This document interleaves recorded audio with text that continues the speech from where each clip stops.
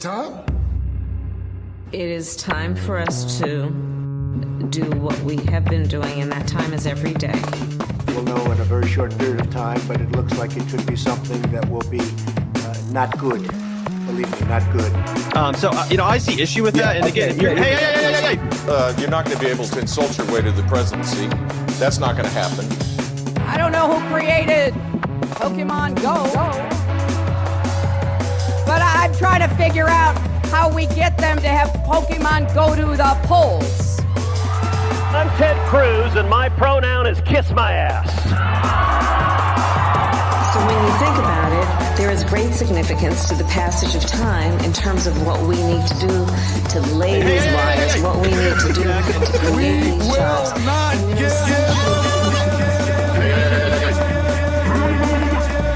America is a nation that can be defined in a single word. I was going to put Not good. Believe me, not good.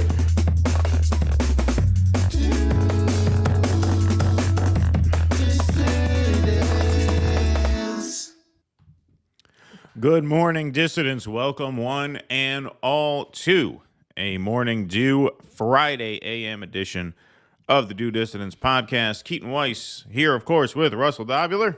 Hello.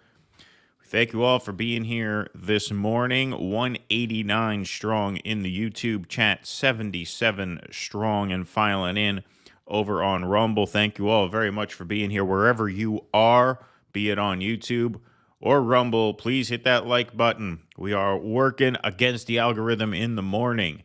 We've got to wake people up and get them in here. Lots going on in the world. It's 9 o'clock. People shouldn't be sleeping. Got to wake them up. Got to hit that like button, everybody. Lots to talk about today. We got a couple announcements that we're going to make a little bit later in the show. But lots going on. Lots going on this morning. And I stumbled to the kitchen, pour myself a cup of ambition. We obviously, pour that cup of ambition, you capitalist pricks. Exactly. Get your cup of ambition going. We have another candidate as formally declared and is entering the race. And Russell has been hard at work on a video that we're going to drop on that. We're going to drop that on Twitter. It's going to be a Twitter exclusive since it's got some music we're not allowed to use on YouTube for copyright purposes. So follow us on Twitter. You're not going to want to miss that. We think that's going to make a bit of a splash. So make sure you follow us on Twitter if you're not following us already at Dew Dissidents, the name of the show. Nothing too fancy, but you've been working on that for a little while. I've been working on it for a couple days. I have the rough cut done. It should be ready to drop by later today, I would say. Yeah. I got to go do a tour gig. I should have it finished by tonight. Yep. And then it's our little humorous commentary on Cenk's declaration of his exactly completely illegal run for president and why he might be doing it. Right, exactly. Oh man, yeah. What a fucking bullshit artist, man. What a guy. Jesus Christ. He's got, spoiler alert. He's got a book out that nobody's buying, folks. Right. He took a page literally from Marianne's book. Yeah, indeed.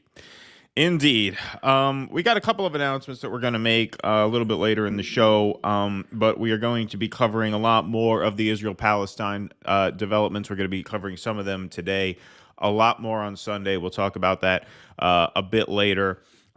Latest that we're hearing now is that Israel is giving the people of northern Gaza 24 hours to evacuate to southern Gaza. 1.1 million people. The UN says that's not possible, which is obviously not possible. It's not possible under any circumstances, especially not possible when you've stripped them of any and all resources. Yeah, are you saying that's not, as some of these Zionists I'm seeing on social media, yet another demonstration of the exceptional morality of Israel's army? Yeah, I would say that's not another demonstration of that. Who warns the people before they bomb? Only Israel does this. It is the world's most moral army. Right? It's fucking ridiculous, man. I mean, I've had, I don't know if you know anybody on that side. I do. I've been arguing to them. Like, do you understand the conditions these people are in? That would be if you had double the population of Manhattan, more than double actually, and you told everyone they had to go below 14th Street within 24 hours, how would that go? Right. Yeah. Yeah, exactly. Especially when, half the houses are bombed out. How does that go with no electricity, right? Right. How are they supposed How to, are they move there supposed with to no do this? electricity? Yeah. Yeah. Not how are they supposed to. It's almost like their response is not in accordance with international law, which is so weird because Matthew Miller, the State Department spokesperson, gave Max Blumenthal his word that, we trust that the Israeli response will be in accordance with international he was going to call law. him. Well, now I guess they're going to have to make a private phone call, right? Well, they said we'll call them out privately. I heard he lost his phone. When you have the new phone and you don't have the people's numbers in it. Oh, yeah, is that right? Oh, is that right? Yeah. Yeah, because we were told that the Biden State Department expects that the Israeli response will be in accordance with international law, and that if they stray from that, that the government will reach out to Israel in private, right? In private. They'll do that behind closed doors. They don't want to make a public stink out of the violation of international law at the expense of hundreds of thousands, if not over 1 million people. You have to understand, folks, this can be a world historic human atrocity. This could be a world historic human atrocity. That's why most people don't know this. They have a special Victorian era drawing room set aside for these situations. They get together with cigars. They're, butterflies pinned under glass. They're, Neanderthal skulls. They have all of the Sherlock Holmes bric-a-brac, and they talk it out in a very civilized manner before they slaughter people. Yep, that's the way it's done. That's the way it's done. We have more on this, obviously, later in the show, and we have a couple announcements that we're going to make as a bigger crowd files in here so that more people hear it. But 324 now filing in on YouTube. We have Rumble up and running as well, 120 over there. That's great to see.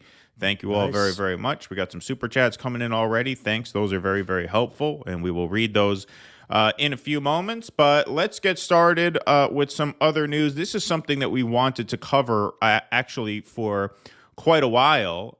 We just haven't had a chance because everything else kind of pushed it out of the coverage. But I think this is funny.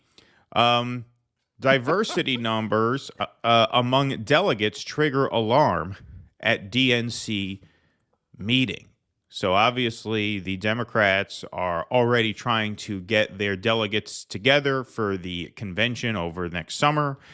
And senior officials, this is from Politico, senior officials at the Democratic National Committee are sounding the alarm that the committee is falling short of its own diversity goals. And they're warning that if current trends aren't changed, the delegates heading to next summer's convention will be too white when they gather next summer to officially renominate President Joe Biden. Oh, my God. Oh, my God.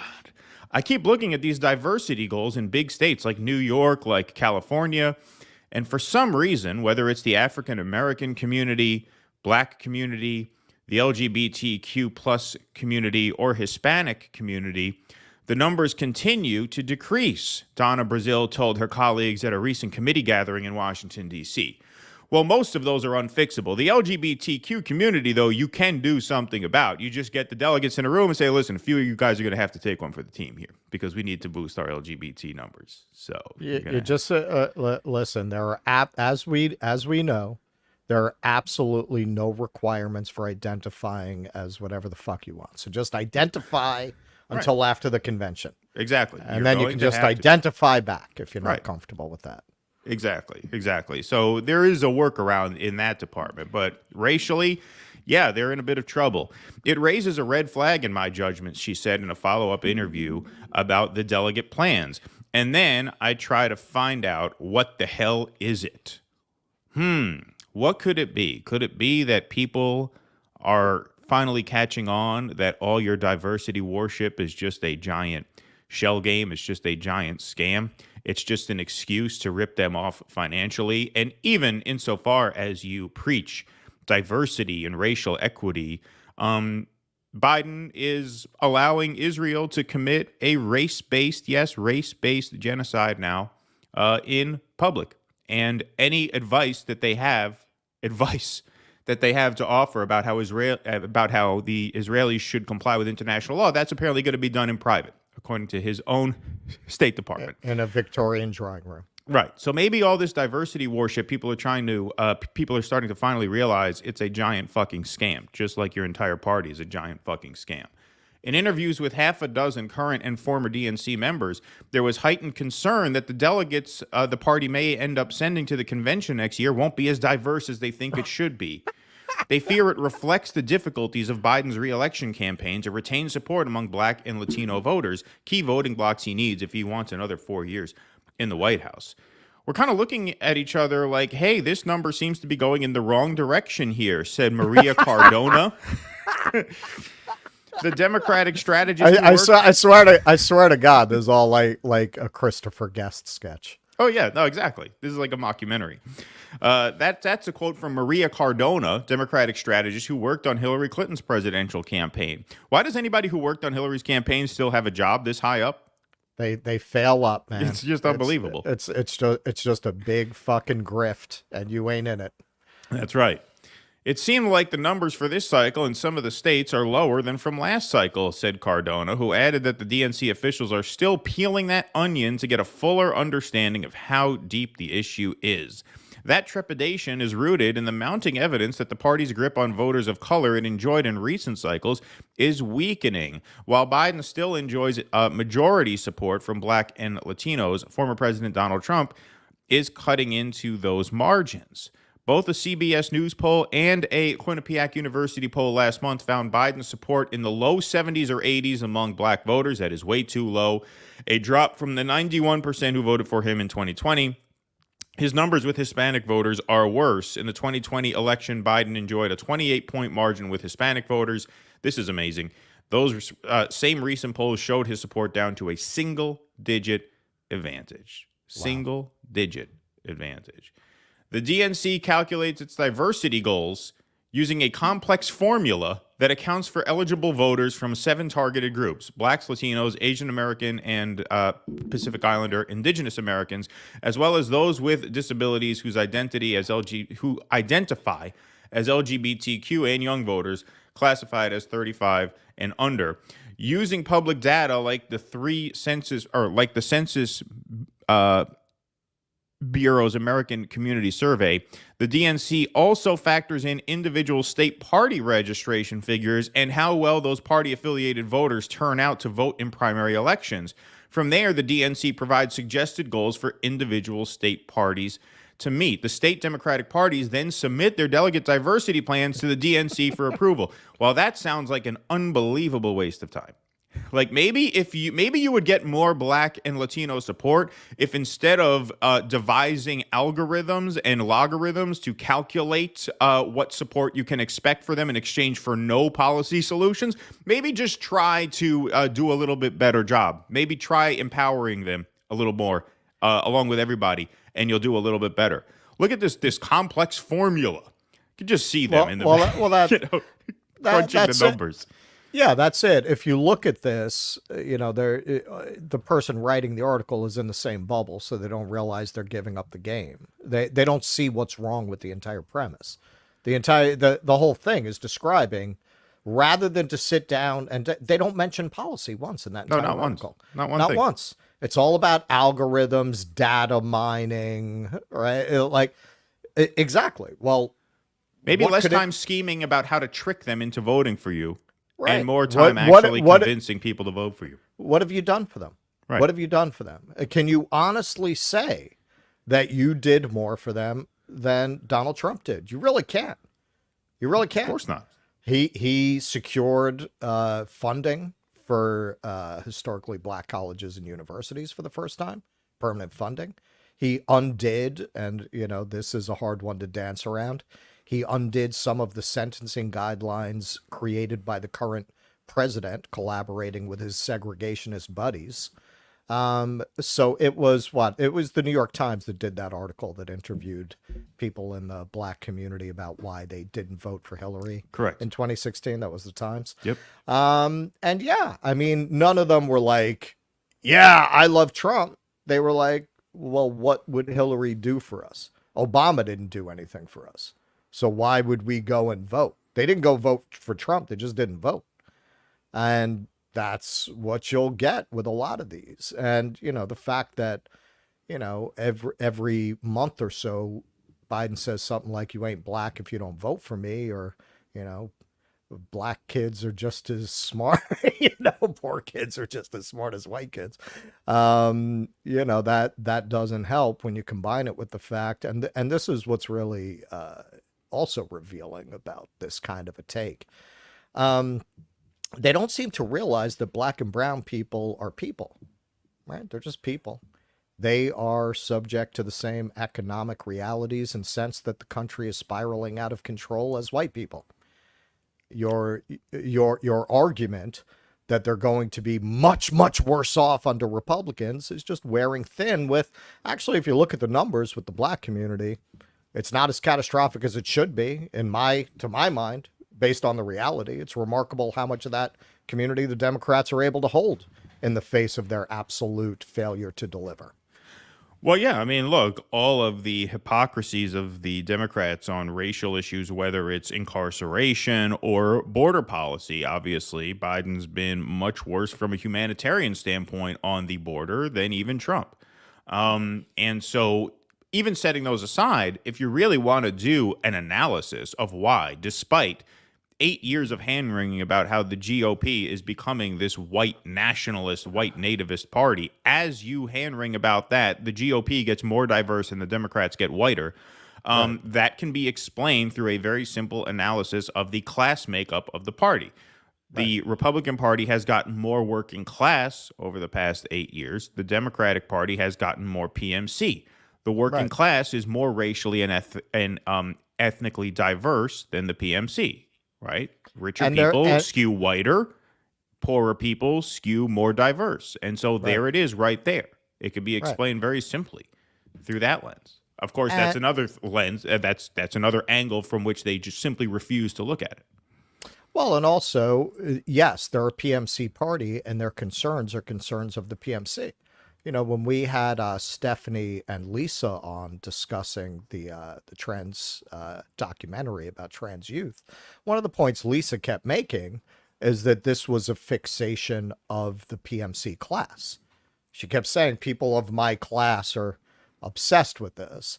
And it's true. And that doesn't reflect the priorities and values of most voters. So a lot of times, they'll do these polls showing, well, people don't really care about wokeness as a vindication of the Democrats, but actually that works against them because they're obsessed with issues that broadly fall under that term as it's commonly understood. So if that's what you're leading with and people don't care about it, why would they vote for you? Why would they get behind you? That works against you if they don't care about it. Yeah, absolutely. Absolutely. This next segment is a bit related, and so we'll get to that in just a moment, but I do want to take some super chats before we get to that. Super chats are super helpful, especially on these morning streams. They are what make them possible. Pat Donahue, thanks for the €10. Have the popcorn ready for Jenk segment. Russell should be good fun on this one. P.S. Hit the like button, folks. Thank you, Patrick. Appreciate it. I hope you're enjoying a mid-afternoon matinee stream. Keaton's more of a crazy, nasty bastard than I am. I don't know why people think otherwise. Yeah, well, we can't be as nasty as we would like to be because we just took our training course for harassment and cyberbullying to get our warning removed. So we can't bully. We have to keep our critiques very substantive. Who knew that you can bully the president of the United States? I had no idea that he was so powerless, that he could be bullied by a satiric piece about comparing him to the failure of Indiana Jones. Right, exactly. Who knew? But apparently we've been warned. So we underwent our YouTube re-education, and so that's gonna make the Jenk segment a little less fun than it could have been otherwise. But we will do our best. These bitches want Nikes. Thanks for the $5. Vanguard's Marianne Williamson simping coverage of Jenk's TYT press announcement is hilarious. Oh, I did not watch that. Yeah, there's been a little too much going on in the world for me to catch up on my Vanguard. I'm a little backed up in my Vanguard viewing because there's there's more important things to watch, like, you know, how to seal a seltzer bottle so it doesn't go flat. You know, I'm much more interested in that. That's much more relevant to my life than their stuff. But that's interesting. It's funny. Maybe we'll give it a look. I mean, literally, I haven't seen any of their stuff since the last time we covered them. That's the only time I check in on them, when there's a segment of theirs that we're covering. Yeah. Otherwise, it's like a spike in your head to watch that. There are some things that hit me in that way that they give me a headache. Literally, their content is like that for me. This is a good suggestion, actually. Russ Kitt and Nico House need to do a sci-fi show together. That would actually be good. That would be a good side project for you guys. That would be good. That would be interesting. I would love to get into that space, and this Amish motherfucker is useless in that area. I'm holding him back. He's holding me back. He's holding me down. Exactly. I can't spread my wings with this guy. No. Bonzo Beans, thanks for the Rumble rant. This was to a musical lyric, hate and belligerence makes the darkness that surrounds us. Thank you for that contribution, my friend. Folks, by the way, over on Rumble, if you can hit that follow button, we are taking Rumble rants today. We are without our producer, Jake, today. He does not do the morning shows with us, so I will do my best to keep track of all the Rumble rants that come in. I do have a backup window open, so I should be able to field them. And thank you all wherever you are. Please hit that like button wherever you are. Let's hit that subscribe button. Let's get something going this morning. Okay, related story here. Joe Biden obviously understands that he is losing ground amongst all voters, but particularly and most alarmingly, Black voters and Latino voters. So he is running an ad campaign, a $25 million TV and radio ad buy targeted specifically at Black voters. Here's a recent Biden campaign ad. This is short, but this will give you a sense of where his campaign is right now. Means getting the same chance to succeed. Getting ahead means getting the same chance to succeed as everyone else. It's why, on his first day, President Biden signed an executive order to address racial inequity, working to narrow the racial wealth gap by creating millions of new, good-paying jobs and more funding for Black businesses. Biden's also lowering the cost of living, including health premiums, prescription drugs, and the cost of insulin. Getting ahead with the president, Joe Biden, who's putting in the work for Black America. I'm Joe Biden, and I approve this message. So whatever you think of that ad, one person liked that ad very much, and that is Fox News and now Hill contributor Juan Williams. In fact, he might not be on Fox anymore. He may have left, but he was a former Fox News anchor on the 5. But he wrote an article for The Hill deeming Joe Biden our third Black president.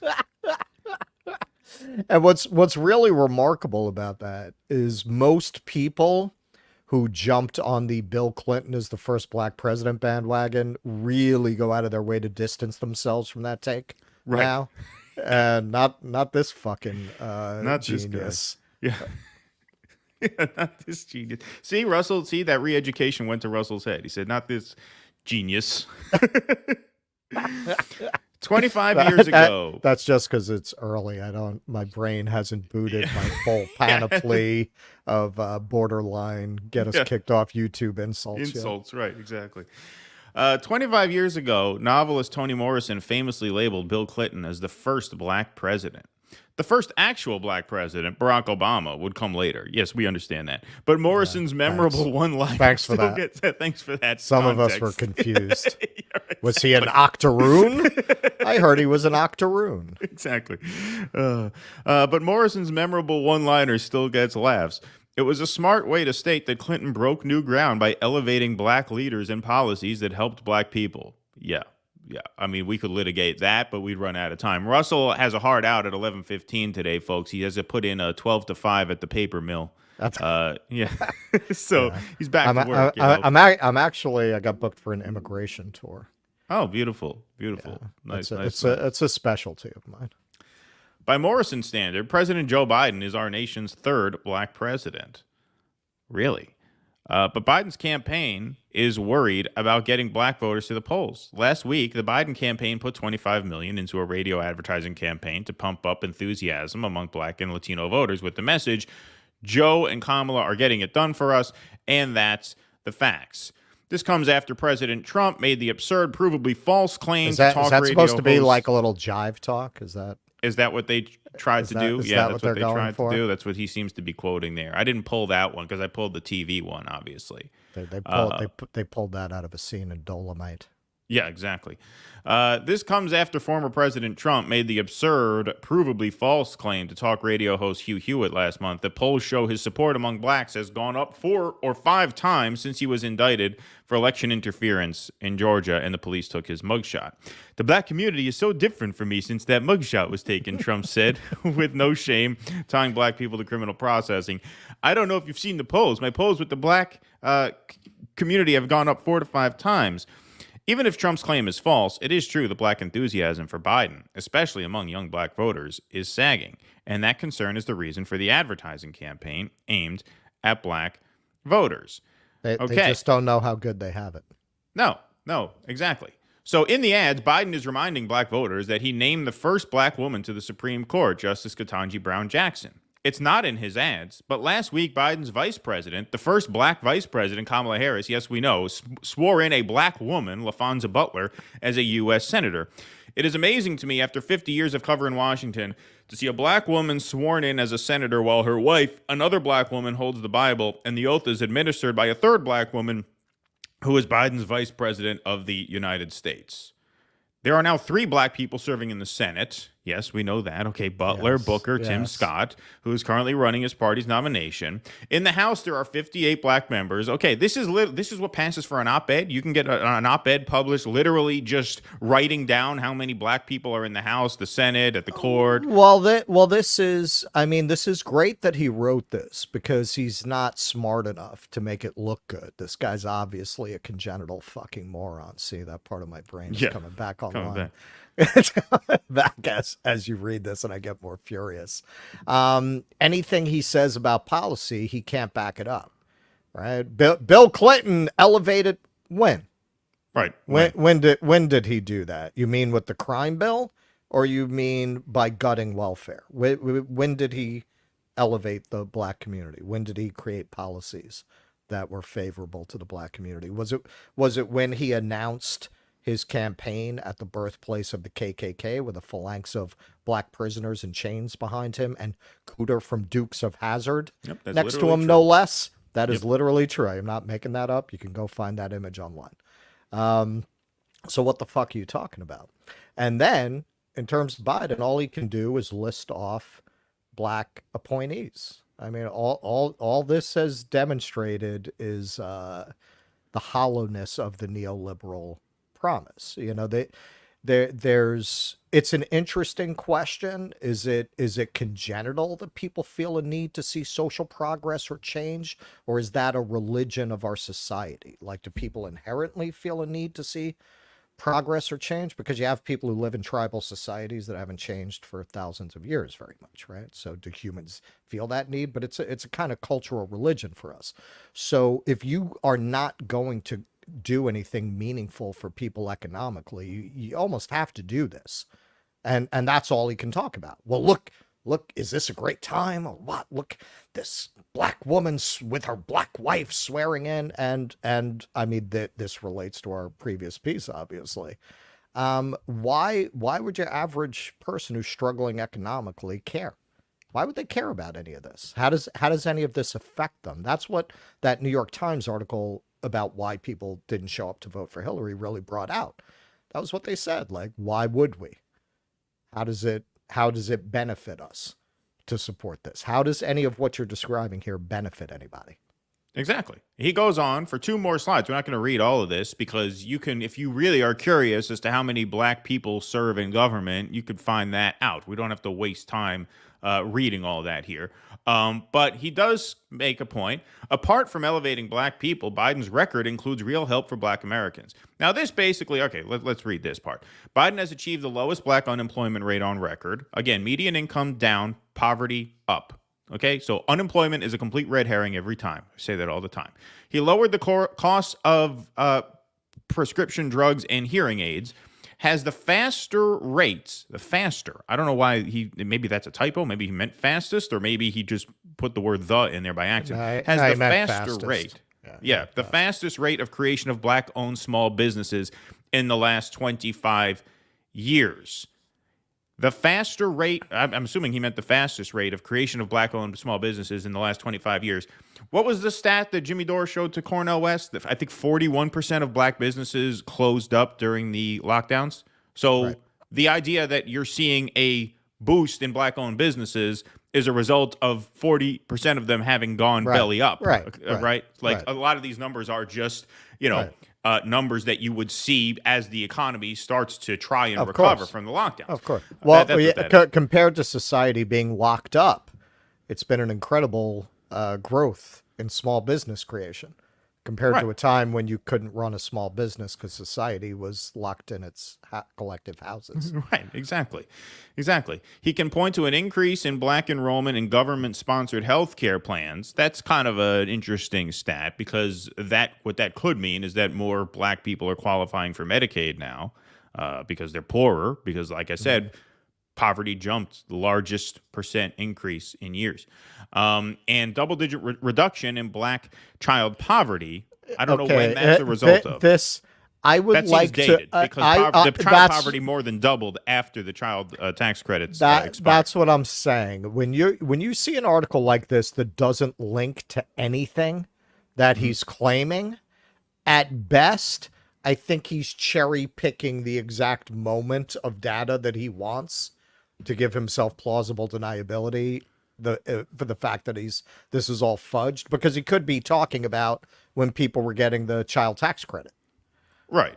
Now, to be fair, he could link to stuff. I edit out the hyperlinks in these because they just look weird on the slides. So he could be linking to stuff. But I suspect that is an old stat. I could be wrong, but I suspect that's old because I know child poverty on average halved and then doubled again. Right. Last week, he cut $9 billion more in student loan debt. He has fought to cut student loan burdens, which disproportionately weigh on low-income students and a large share of black students. Not really. He hasn't really fought for that at all. Biden failed to get past GOP obstruction on police reform and voter suppression, but he took on Republicans standing in the way of new laws to stop voter suppression. He bluntly asked them if they want to be on the side of Dr. King or George Wallace. He bluntly asked them not to be so racist. That makes him a black president, basically. Yeah, like, by this standard, every Democrat from now on will be considered a black president. And I'm sorry, like, that's not considered offensive? Like that isn't a violation of their own standards of how you're supposed to act, right? Oh, yeah, any white man who is running with the blessing of the Democratic Party, will just consider them an honorary black man. That's basically what he's saying, right? Biden has lived up to the pledge he made on the night when he declared victory in the presidential election. Standing next to Harris, he told black voters, "You've always had my back, and I'll have yours." Now, Biden often tells audiences they should not compare him to the almighty, but to the alternative. Oh, it looks like that alternative to Biden in the 2024 presidential race will be Trump and a GOP that is hostile to black people and black interests. It's not much of a choice. Well, unfortunately, fewer and fewer black people are seeing it your way. How did Abraham Lincoln get fucked out of that title, first black president? Seriously. What happened there? Right? Shouldn't that be Lincoln? He's in his grave, but you're like, yeah, what the fuck? He's looking down from heaven. They should have titled this, Joe Biden is the Rachel Dolezal of presidents. Yeah, right. That would have been a good article title. Yeah, exactly. The Rachel Dolezal of black presidents. I mean, look, transracialism is the last frontier, isn't it? Yeah, I mean, if women can have penises, I just don't see why we're drawing the line. Maybe Rachel Dolezal was a pioneer. Maybe she was ahead of her time. She's gonna be remembered like the grandma Moses of racial appropriation. Exactly. Yeah. Exactly. All right. Let's take some super chats here, folks.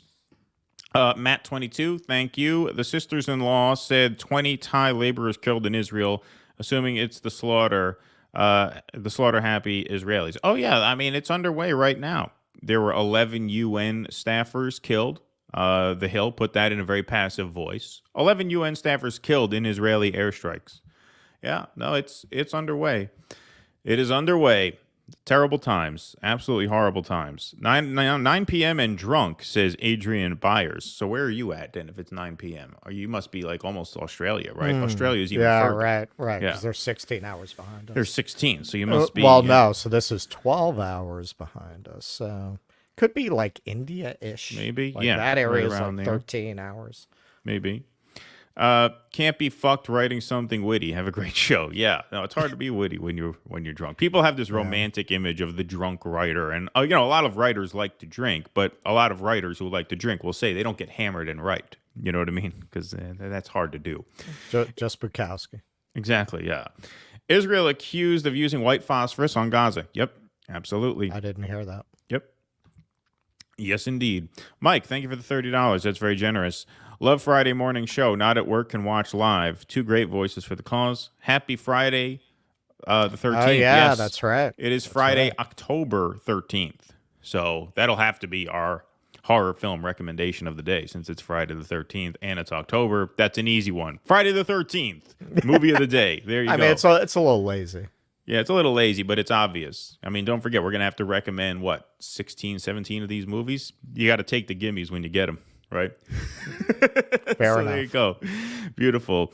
All right, we'll take one more, and then we'll do some more stuff. By the way, folks, so Russell does have to cut out at 11:15. We might have the show done by then. If we don't, I will stick around. If we get a lot of Super Chats, I'll stick around and read the Super Chats after he leaves, so don't worry, we'll get to all of them. But I might sort of push them later in the show so we get all the segments in before Russ has to go and clock in at the factory there. Only watched part of it, but Max on Timcast was interesting. You could tell the room didn't agree with a lot of what he had to say, but Max is a hard man to debate. I mean, Max Blumenthal versus Tim Pool, that's a lopsided debate if ever I saw one.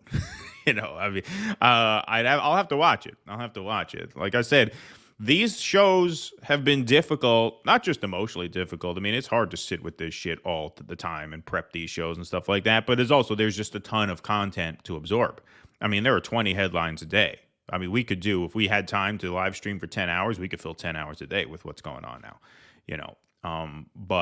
So because of that, I just haven't had time to watch. Like, Cornell was on Brianna Joy Gray, hour and 45 minutes. Like, I haven't had an hour and 45 minutes. I don't have 2 hours to watch When Max. was he on for that long? Very recently, like a day or two ago. They just dropped it. Yeah, they just dropped it.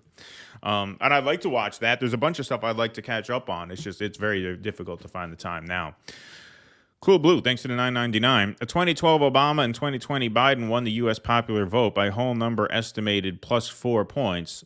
Blacks voted for Obama by plus 87 and Biden by plus 75. A trend. Well, yeah, I mean, that is the trend. The trend is that the Democrats are getting whiter. That's why Biden could afford to underperform with black voters as much as he did in the last cycle. They keep saying this stat, 91% voted for Biden. I was under the impression it was less. I thought it was 88. Yeah, I thought it was less too. I thought it was 88. I think where they're getting this is that Trump was in single digits with black voters, and then there were some third-party black votes and stuff like that. But I could have sworn Biden was under 90 with black voters last time. The number 88 is what stuck out to me. But I've heard 91 reported elsewhere. But no, that's why they've gotten away with it. Like, their strategy, Russell wrote a whole article about this back when we dropped articles on the regular, that Biden was really this Trojan horse for the Democrats' new base, which is upper middle class white moderates. Right. And they replaced a lot of black voters that they lost with those white moderates. Right. And the Steve Schmidt Republicans, the Never Trump, Lincoln Project Republicans. Exactly. Like that was by and design. that's what they wanted. Fucking Chuck Schumer in 2016 was like going to bust a nut on camera talking about for every one of these votes we lose, we're going to pick up 2 votes in the suburbs. That's what they want because those voters are not going to give them any problems. They're totally and they're gonna write on checks. board with the neoliberal project, and they're going to write checks. They would love to get rid of their need for people of color unless they're rich. Like they would love to just be officially the party of the suburbs because having to add in the working class people of color to their coalition complicates things a lot for them. You get rid of those people, they can just take the masks off. They don't even have to pretend to have an economic agenda.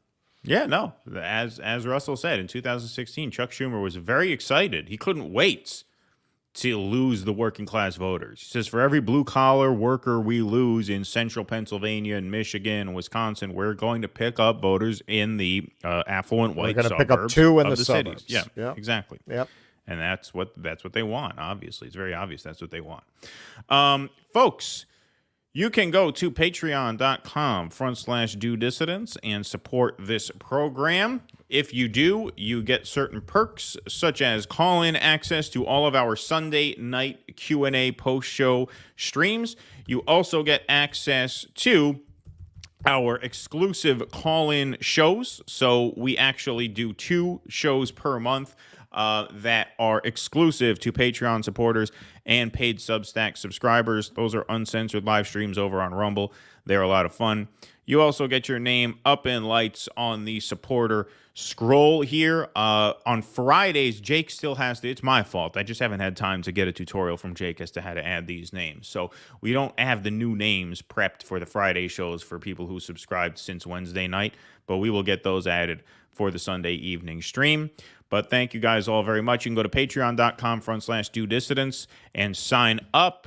We make it worth your while. You get 2 bonus shows, a shout out, and call-in access to our post-show Q&As, which are every Sunday night after the main show ends. You can also go to DoDissidents.substack.com, sign up as a paid subscriber. That gets you the same perks as the Patreon subscription. But please, we had a lot of people do this, and thank you. A lot of people heed our advice on the last show and sign up for free on the Substack. We told you in the last show that the censorship is going to get out of control like we've never seen it before as long as this Israel-Palestine war rages on. And so the only way to guarantee you can stay in touch with us is to join our Substack.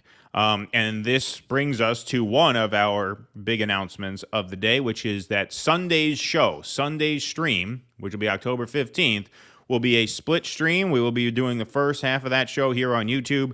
We will be doing the second half of that show over on Rumble because there's a lot that I'm seeing online about what's going on in Gaza right now that we cannot cover on YouTube.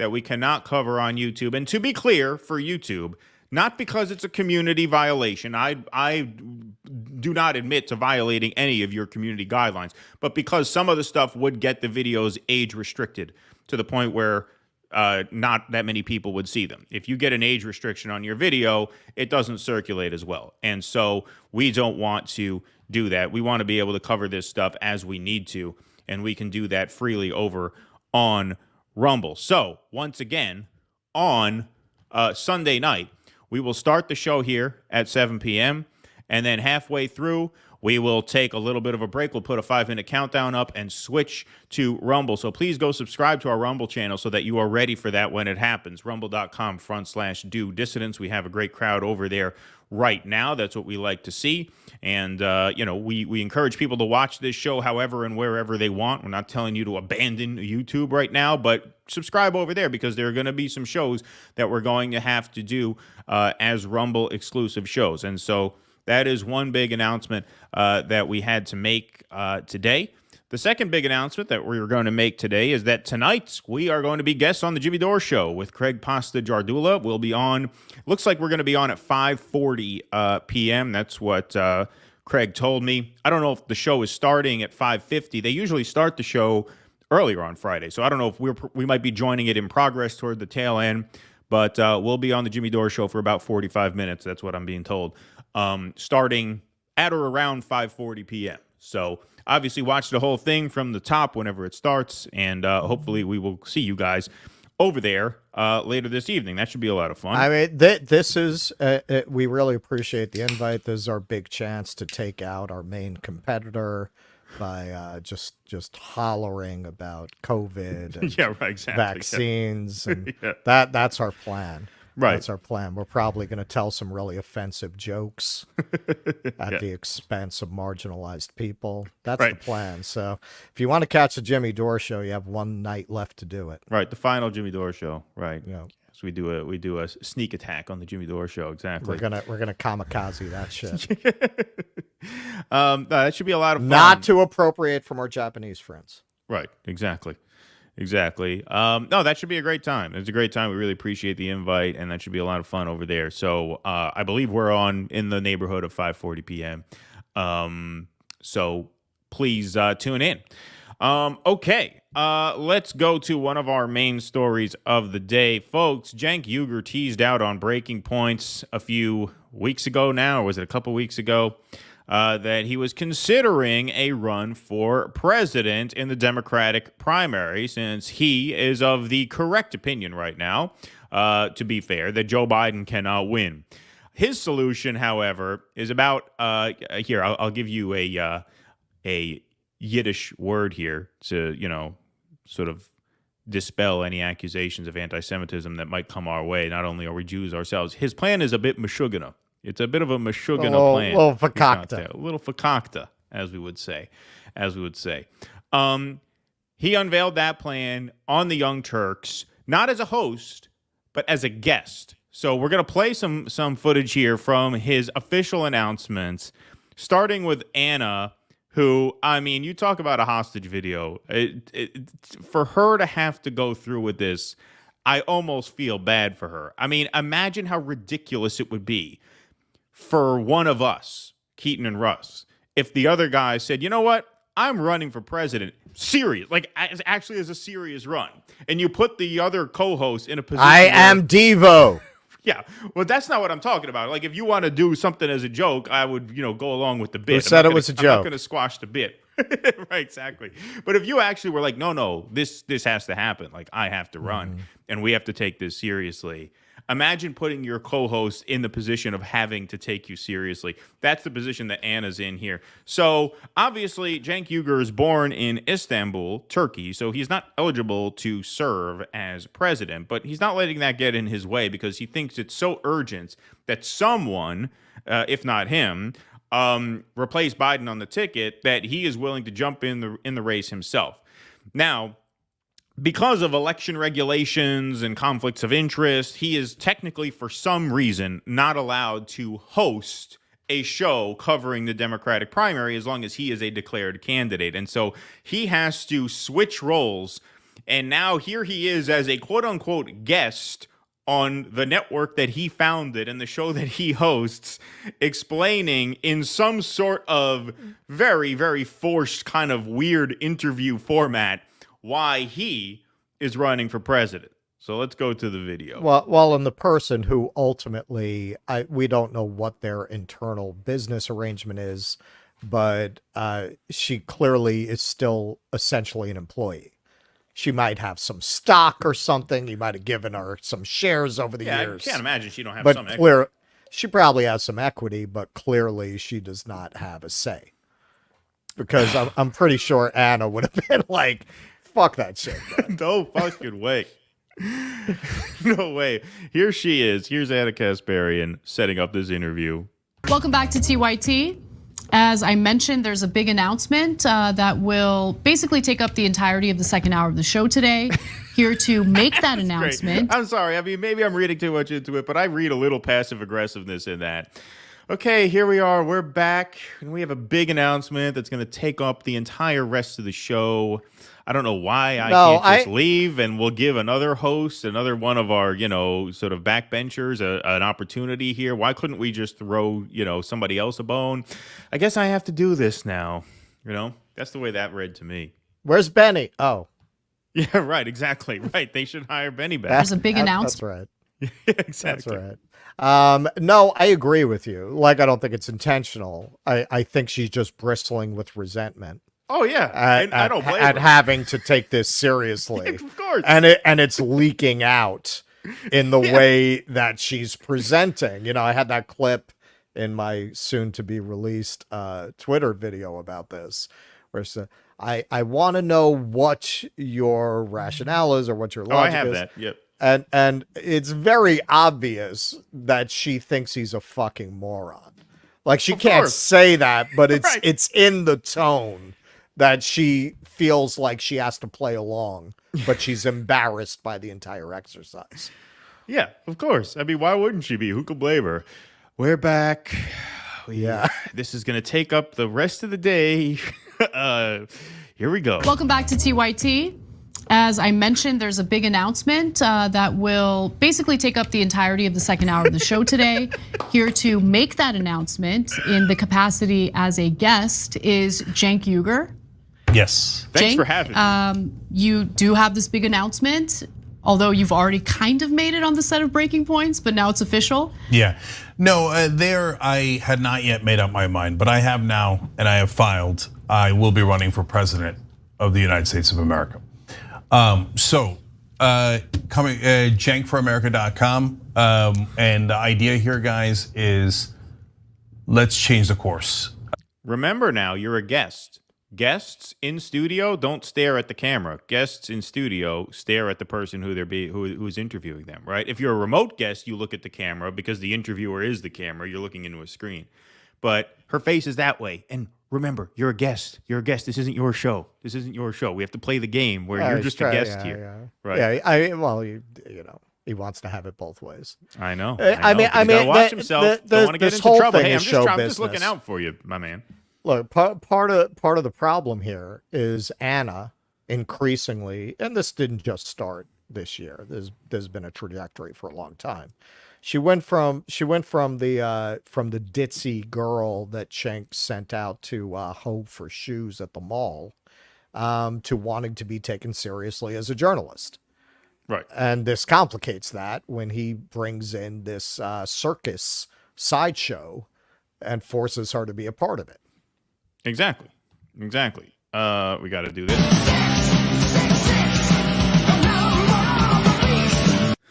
Thank you guys for getting us there. Please hit that like button. All right, we got quite a bit of footage to play. Let's get through some.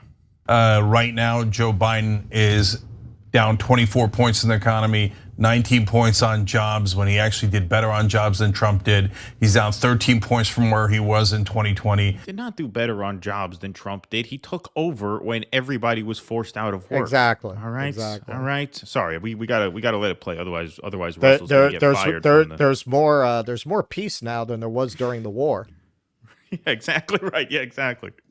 Here we go. He is not going to win. I am running. Yes, I am a break glass in case of emergency candidate. It should not have been me. It should have been someone else, but unfortunately it was not anyone else. And now there's only 4 months left. We must change course. He has at best a 10% chance of winning. Donald Trump is an actual fascist. So I am running as a proxy. I'm running to win, but I'm also running as a proxy for any other candidate. We have got to get Biden out of the race. Thank you for winning in 2020. But if he loses this time around, it's not just. Thank God Biden won in 2020. Could you imagine the instability in the world that would be if Biden were not president now? It's sometimes I wake up at night in a cold sweat contemplating the world we might live in if Joe Biden's steady hand hadn't taken over the wheel. Right. I mean, at least we know now that, there's peace in Europe and peace in the Middle East. I mean, could you imagine the horror if Donald Trump were president? It might be like I'm glad he mentioned that. It might be like World War III could break out any day. Exactly. If Donald Trump had won. Exactly. His problem, it's all of our problems. I actually think democracy is on the line. And so if it takes me running, then that's what I'm going to do. And we're all going to do it together. And by the way, and I'll say this up front and then I'll let you ask all your questions, Anna. I love that. It's almost like he knows she's not into this. Like, I'm just going to say this up front and then, yeah, all right, you'll get your chance to ask me if I'm really sure about this. Here we go. If I do this alone and it's just my idea, it's never going to work, okay? I won't make any money that way. I'm either your voice or I'm not. If you guys want to have a stronger candidate in this race and you want to beat Donald Trump, you're going to make that happen. JenkForAmerica.com or in any way, volunteering, whatever you want, okay? But if I'm not your voice, I have no chance at all. So let's see if we can bring something good into the world and make a giant difference together. And you know me, I always believe that we can make a difference together. And this is the time to do it before the primaries are over. So I do have a lot of questions. What I want you to explain is the logic behind what you're doing, right? Because That's great. I mean, I'm sorry. Like, we've said a lot about Anna, and on balance, we probably don't like Anna very much. She is an opportunist. I'm liking her more. But yeah, I mean, that was what a perfect reaction. Just like the improv partner in me just so admires that reaction. Want you to explain. So I do have a lot of questions. What I want you to explain is the logic behind what you're doing, right? Because it seems as though you think running is going to spark something in other potential candidates. So explain what the logic is. Great question. So first of all, when it comes to the issue of me being a naturalized citizen, which I know we're going to get to later, if it wasn't for that, there would be no obstacles to begin with. There should be a progressive in this race. There should have been one for a long time. Marianne Williamson has been in there, but unfortunately she hasn't broken through. I have nothing but respect for her courage and her. All of them. Every one of these motherfuckers with fucking Marianne Williamson. Not one of them will say a bad word about this woman with 30 years of reporting from multiple sources, and with it going on in this very campaign of very similar, in some cases identical reports of abuse of staff. None of them give a fuck.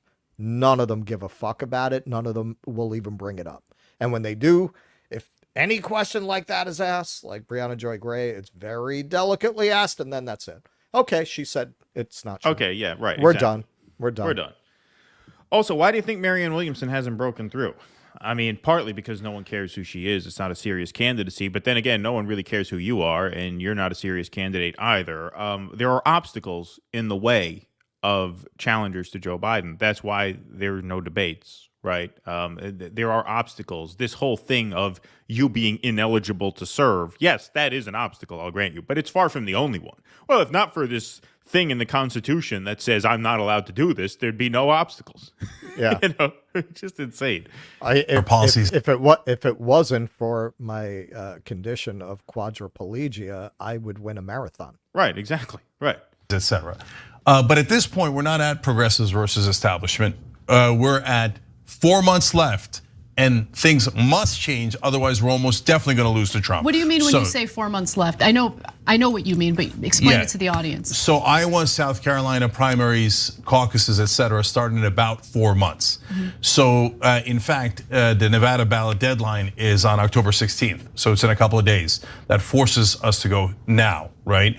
What the fuck are you talking about? What do you mean it forces us to go now? That deadline is irrelevant. You're not meeting that deadline.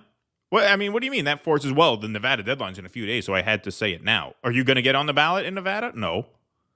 Okay, you can't if the deadline's in a couple days. Sure. Well, I don't want to spoil the big reveal on why he's actually doing this. We have those slides, right? Yeah, we will. I mean, we'll get to that in a second. We'll save that for a minute or two. We'll hang on. We'll hang on. If Joe Biden drops out, everything is possible. Everything is possible. All the other candidates will come in. Governor Whitmer, Governor Shapiro, you name it. They will all come in, and we'll have a real primary, which we should have had from day one. By the way, when we don't do primaries, Republicans get their message out in their primaries is constantly talking about Republican X or Republican Y. Democrats have gotten none of their message out. We need a real strong primary. So my job is to be basically Paul Revere. Yeah. Biden's gonna lose, Biden's gonna lose, Biden's gonna lose. We gotta go now. We have to change that dynamic. So I'm gonna, pressure Biden to get out of the race. So if he leaves now, he's a hero. He did something incredibly magnanimous. He beat Trump last time. He was a good steward of the economy.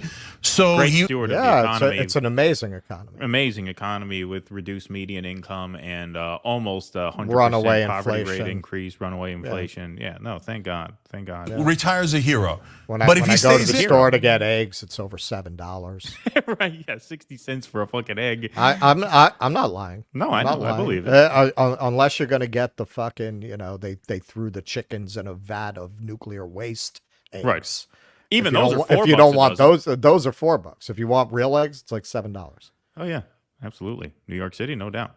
And I'm going to explain to people that he's the villain. And if he loses to Trump, if I'm wrong and he beats Trump, then great. Then my apologies to Joe Biden. But that's not going to happen, and we all know that's not going to happen.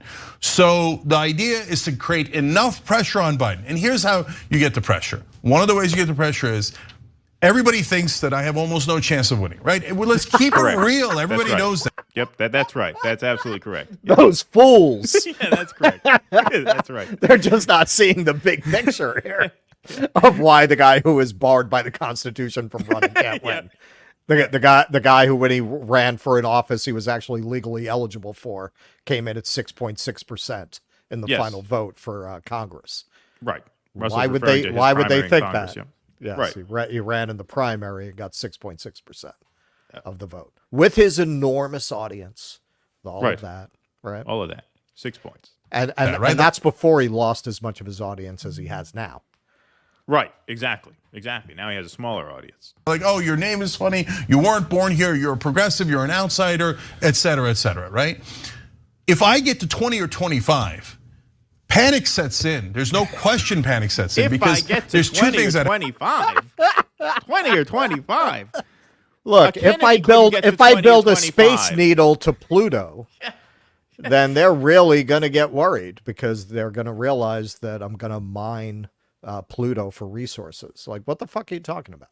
A Kennedy couldn't it's like get a to non 20 sequitur. points. A Kennedy couldn't stay at 20 points for more than a week. He got to 20 very briefly. They knocked him back down to 13. In what world are you getting to 20, 25 points? Like this, it's just utterly delusional. Happened there. One, the other candidates go, well, Biden is enormously weak, right? Okay, idiot. RFK got to 20 points. Did everybody panic and say, Biden is weak, we need to get him out? We need to get rid of Biden, no. They attacked him, and he fell back under 20 points. Right. Easy. Right. No panic, no nothing. Oh, he got to 20 points. Oh, it looks like we got to, write a few hit pieces about this guy in WAPO. Done. Problem solved. Right. Back and down his to name 13. and his name is Kennedy. Right, and his name is Kennedy. Right, exactly. So what the fuck if I get to 20 points, they're going to panic. Number two is Biden begins to realize the handwriting's on the wall. If this Jenk Uygur, who he probably can't pronounce, has gotten to 25, the handwriting's on the wall. He's gotta go. And by the way, Anna, the reason why this is realistic is because there are a lot of people in Washington, inside the establishment, that are trying to get Joe Biden to drop out. The idea that, that is true. It is true. We've actually done segments on that. You do have people talking behind closed doors. How do we change this? What's delusional is the fact that Cenk Uygur entering the race is going to be what forces the issue. Well, Joe Biden, they asked him about it at a press conference. I think it's time for you to start to seriously consider salads. Yeah, exactly. Yeah. So it doesn't sound to me like he's too worried. No, it's just being very rude, very insulting, and we don't approve of that at all. Fat shaming, it's terrible. Of course, he's a man of his time. So let's go to some graphics here that Russell pulled for his video because the question, well, what is this really about? Well, Russell has his theory. I think it's pretty sound. Now, you want to put some context on these numbers here because we don't see the context. Yes. Okay. So this is the numbers from Barnes & Noble. So Cenk, as you could see, he very recently published his book. So he's had a month, though, for it to gain momentum, for it to gain an audience. And the sales rank at Barnes & Noble, you can see, is 5,359. Not exactly burning up the charts with his Justice is Coming book. And something this also tells me, aside from what it implies about this fucking nonsense run for president, is they've really lost their audience. Like, he can't do better than that on a book. So let's take a look at the Amazon ranking, which is even worse. 82,771 in the Kindle store. Number 2 in radical thought with what? Like Valerie Solanas' treatise from the 60s? Right, What else is in that? Right. 220 in the more general category of political commentary and opinion. So yeah, nobody is buying this book. And I actually, as part of the research for my video, I watched he did a similar thing where he made Anna play interviewer when he, started trying to promote this book. And he was lamenting that all of these independent booksellers didn't want to carry it. Right. So look, nobody's buying his fucking book. He's a month in on this. I mean, those numbers are a fucking disaster. They're a disgrace. And again, it really reflects on, because Jimmy, when they had their feud last year, or is that a couple years ago now, that they really went back and forth on the news skirt thing? It's like a couple of years. A couple years ago. I think that was like shortly after the force the vote thing. Jimmy made the claim that nobody was watching their show, and they did their response saying our view numbers are great. I mean, this demonstrates, if you really had a base, I don't think you'd be at 18,000 some odd in the rankings, man. I mean, I'm not saying it would be flying off the shelf, but you don't even have enough of an audience to buy your fucking book. So, because they not only lost the left, they also lost the wokesters that they had left when they started taking that. That's why I'm saying, like, I don't know, like they seem to have, outsmarted themselves there. I mean, I read the Young Turks as they go where the wind blows. And yeah, the wind is blowing against the woke politics, but not on YouTube. Not in that segment of YouTube. That is all made up of people who want to sit there and obsess on the latest cultural outrage of the day. And you were the biggest people in that space. I have in my video Cenk talking about how he's against guns except for trans people. He wants to arm trans people, right? Like they were all in on that. And then all of a sudden they shifted gears. So they lost that audience. So you don't have the left. You don't have the majority report for left kind of people. So who's watching your show now? That's why he can't sell his book. And that's why he's running for president. There's no other reason. He's not a dumb guy, whatever else you might say about him. And we pulled this also. He claims that the Supreme Court made a decision that clearly on the face of it gives naturalized citizens the right to run for president. And it's not true. They specifically made an exception in that ruling for running for president as being a right that's extended to naturalized citizens. So he's just straight out lying. This is about selling a book that nobody wants to buy. He took a literal page from Marianne. Yeah, and we will show that graphic in just a moment, but there is one more short clip of video that I want to play, because this is where he starts to address the question of, whether or not he can run. But there's another sort of stylistic point here, which is just the ridiculous game that he plays regarding the fact that he's not allowed to technically host segments on his show that pertain to the Democratic primary. If he's going to talk about the primary, he has to do so as a guest, not a host. So watch how they navigate this. It's unbelievable. The only thing that matters is the case law. And the Supreme Court has already ruled in Schneider v. Rusk. I asked you guys if you would do graphics. Do you have those graphics or no? We do. Yeah. Let's I asked you guys if you would do graphics, as if it's not his show with his graphics. Hey, I submitted those graphics to your producer. Does he have those? Did he take those by chance? I'm just a guest. I don't control whether or not you show the graphics. I gave you some graphics. I was wondering if by chance you may have them handy to put up on the screen. Put up. Yeah, and I wanted to show you guys this so you can see it with your own eyes. And thank you for humoring me on that. Thank you for humoring me. It's your show. Everybody understands it's not show. Like I have the power to fire everybody in this room on a whim. Thank you for humoring me. Thank you for allowing me to submit my materials to your program so you can put the graphics up on the screen, right? Thanks for humoring me with that. So thank you. Now that you guys accepted my graphics, I'll show you my graphics. It's not that this is my show, this is my company, and these are my graphics that I'm telling you to show. It's a thank you. I appreciate it. It's not that I told my employees to make these graphics and show them. Right. I requested them for their consideration, and thank you. It's not every day that a guest on the show gets to submit graphics. Yeah. Wow, what an operation you guys have here.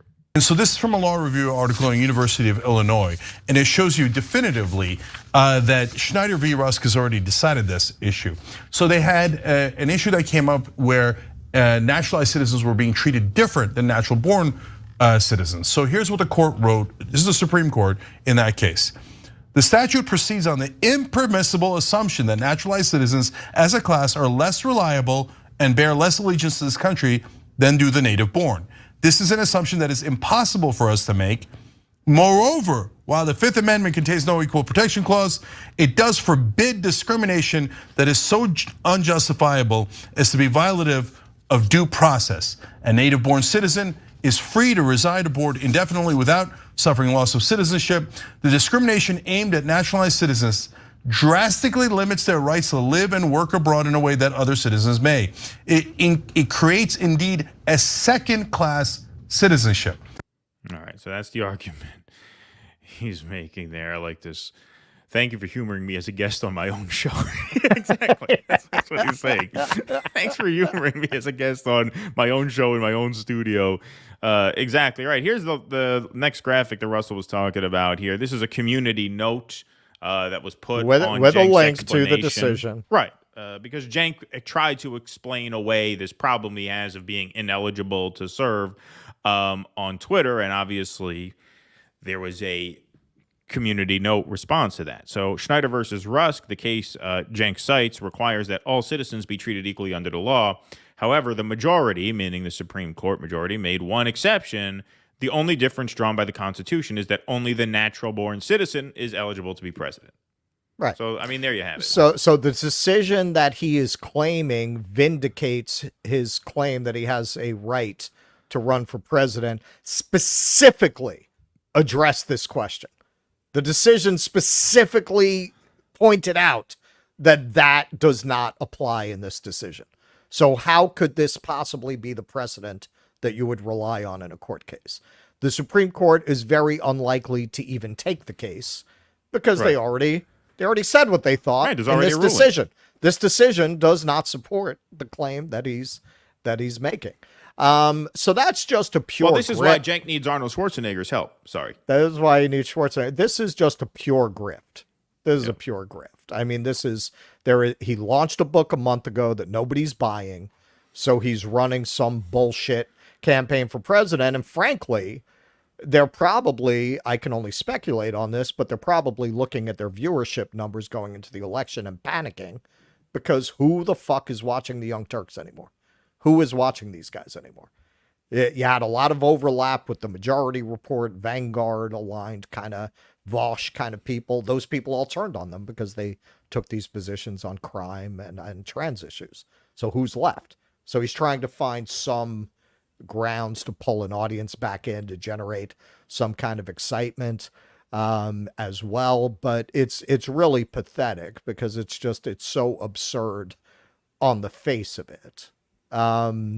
If he had done this in 2020, I think he would have generated a lot of interest. It's like he says in the Godfather, your family doesn't even have that kind of muscle anymore.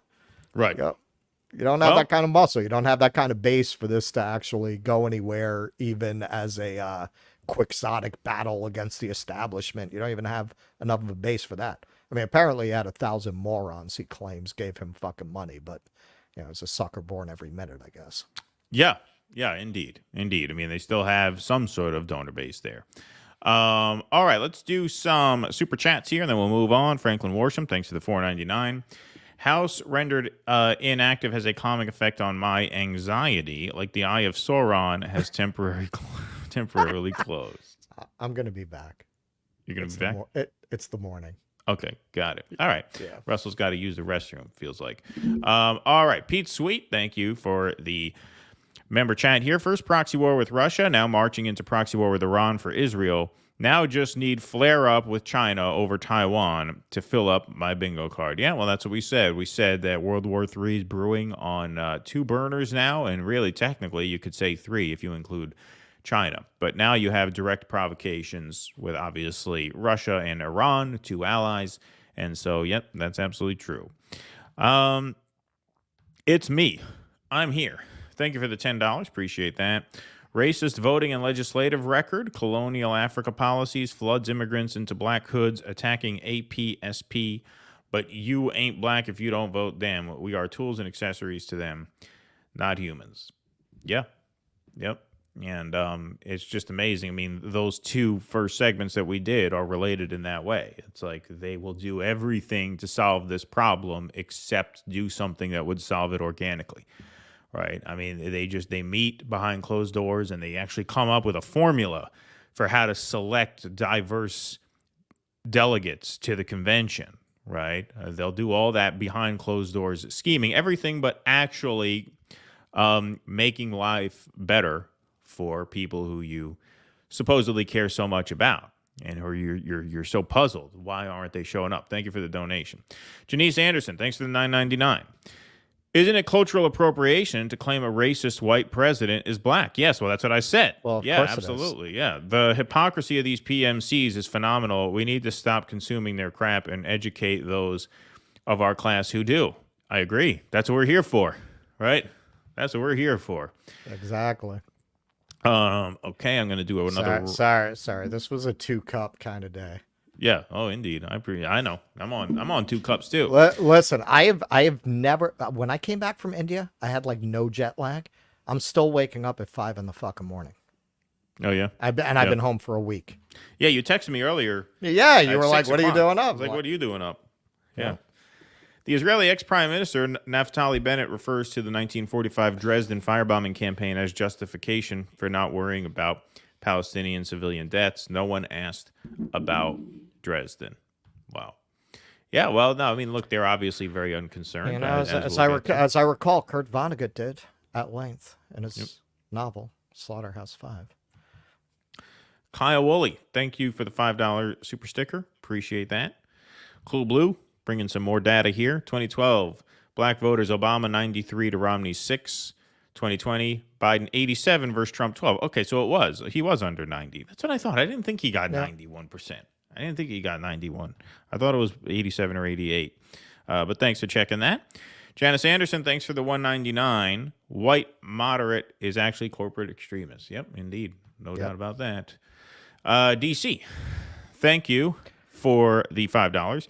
Say what you will about RFK, I'm not a fan, but NPR just ran an hour-long show or two on the threat of his candidacy, even mentioning Dem rigging. All right, cool. So that is a good place to begin our next segment. Thank you for the donation. We'll get to all super chats before we wrap. Do not worry. Robert F. Kennedy Jr. obviously switched from Democrat to independent last week. And there's been a lot of noise in the media, a lot of speculation. Who will he hurt more in the general election, Biden or Trump? Because conservatives had these high favorability ratings of RFK while he was running in a Democratic primary. And I will admit this is a bit of a let's pat ourselves on the back kind of segment because I said all along, RFK is going to prove a bigger threat to Biden in the end than Trump. A, because Trump's base is more loyal to him than Biden's base is to Biden.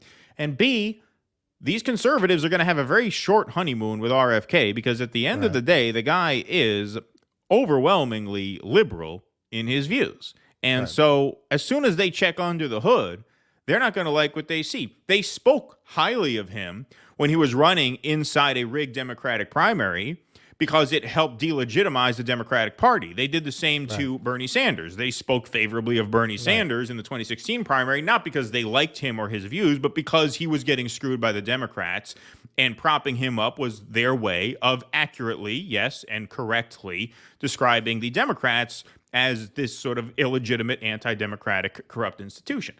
But now that he's outside the Democratic Party and he's going to be on the ballot against Trump, honeymoon's over. So here he is on the Sean Hannity show for what he thought was going to be a kind interview. And you could see how RFK is very awkwardly taken aback by the fact that it's hostile. It's hostile now because now he's running against Trump. So here we go. I really do appreciate your position on the border. You and I are in agreement.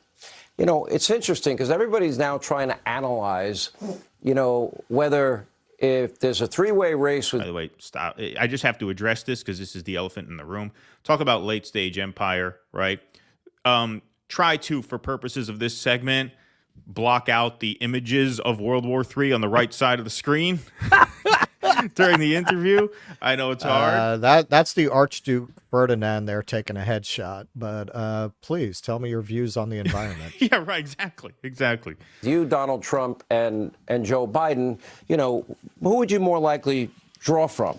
So I hope you don't mind, but I did a little research on you. You're pretty liberal. You know, you've called for curbing, logging, oil drilling, fracking. You wanted to eliminate it. You called it a victory for democracy.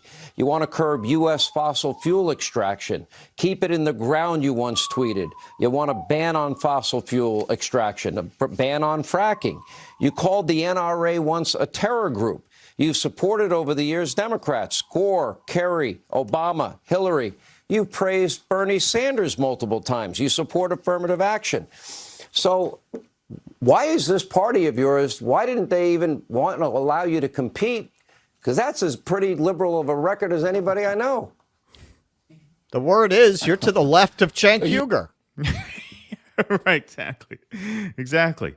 This is what I was telling you guys. This is what I was telling you. This is why Trump doesn't have to worry about him as much as you think. He'll pull a few from Trump, but not many. This guy is an anti-gun, pro-choice, environmental lawyer, right? I mean, this guy is not someone who the conservatives are going to be able to get behind when they already have a Republican in the race who they like, Donald Trump. Let's hear RFK try to wiggle out of this. You have a litany of talking points from statements I've made over 40 years. Some of them are stale. Some of them I never said. But, you know, what is your question? Why the Democratic Party? Why I'm not running at the Democratic Party? You know, why did they kick you out? I feel like... Well, they kicked him out partially because of everything you just said, because he is to the left of Joe Biden. That's part of why they kicked him out. Yeah, no, there are other reasons for that as well. But this is why I told you there is going to be no honeymoon for RFK with the GOP or the MAGA base. And if you notice, as Russell has said before, one of RFK's go-tos when he gets called out for something that's inconvenient that he said is he'll just say, well, I never said it. So he says there, well, some of those things you mentioned are stale, meaning I said them a long time ago. He doesn't refute them. That's a lawyer term. That's stale. What do you mean? Right? There are things I said 20 years ago. Some I stand by, some I don't. But stale doesn't mean anything. And then some of them I never said. Hannity actually, to his credit, did bring the receipts. And actually, yes, you did say all these things. Yeah, he's a fucking liar. And we've said that from the beginning. And, you know, one of the few benefits to going against, well, I wouldn't say the whole crowd, but a sizable number of people were pretty pissed when we read RFK's book and said what we had to say about it. But, you know, if you're right, you're right. And eventually time is going to vindicate you. You know, I mean, now, were we wrong to smell a rat with RFK from the beginning? Between his Israel stance and the fact that, look at how he handles this interview. The guy is a fucking liar. He is a lying degenerate. He will say what he needs to say like a lawyer to get out of what he said. He'll take different positions depending on who he's talked to. He'll try not to answer the question or to fudge it or to give himself plausible deniability as much as he can. You know, if he can sow chaos, if he's going to go pull a Joker on the system, he's going to burn Gotham to the ground. Okay, go ahead, man. But, you know, he is who he is. Don't expect any better. Exactly. I mean, by the way, I'm giving you comments that you've made in 2016, 17, 19. Endorsements, we know the years Gore, Kerry, Obama, Hillary, Bernie Sanders. They're all recent quotes. The NRA quote you made about calling them a terror group was 2018. So these are recent positions you've had. That I'm not sure why the Democratic Party wouldn't allow you to... He's referring to a tweet that he sent out in response to the Parkland shooting where RFK agreed with the Parkland students that the NRA was a terror group. So, yeah, I mean, you can call that stale. That's 5 years. That's fairly recent. And, you know, Hannity's not a thoughtful guy. Hannity reads what's on the paper. That's why he read the dates. 2016, 17, 18, 20, right? These are recent quotes. Do you want to talk about my position, Sean? Yes, sir. He is talking about your positions, idiot. Right. He's a Republican. And you thought that they were going to be into you because of the vaccine stuff and somewhat because of the Ukraine stuff, but they're not into you. They're not into you. You are pro-choice, you're anti-gun, you're an environmental lawyer, for fuck's sake.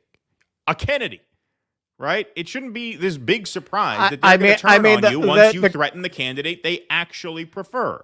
The Kennedy thing is a bonus for him. Like that, if they got a Kennedy who didn't have these positions, they would love it. Right, they would love it. Does. Right? I mean, it's a non-starter. The gun thing alone is a non-starter. that would be like the Democrats running a Bush convert.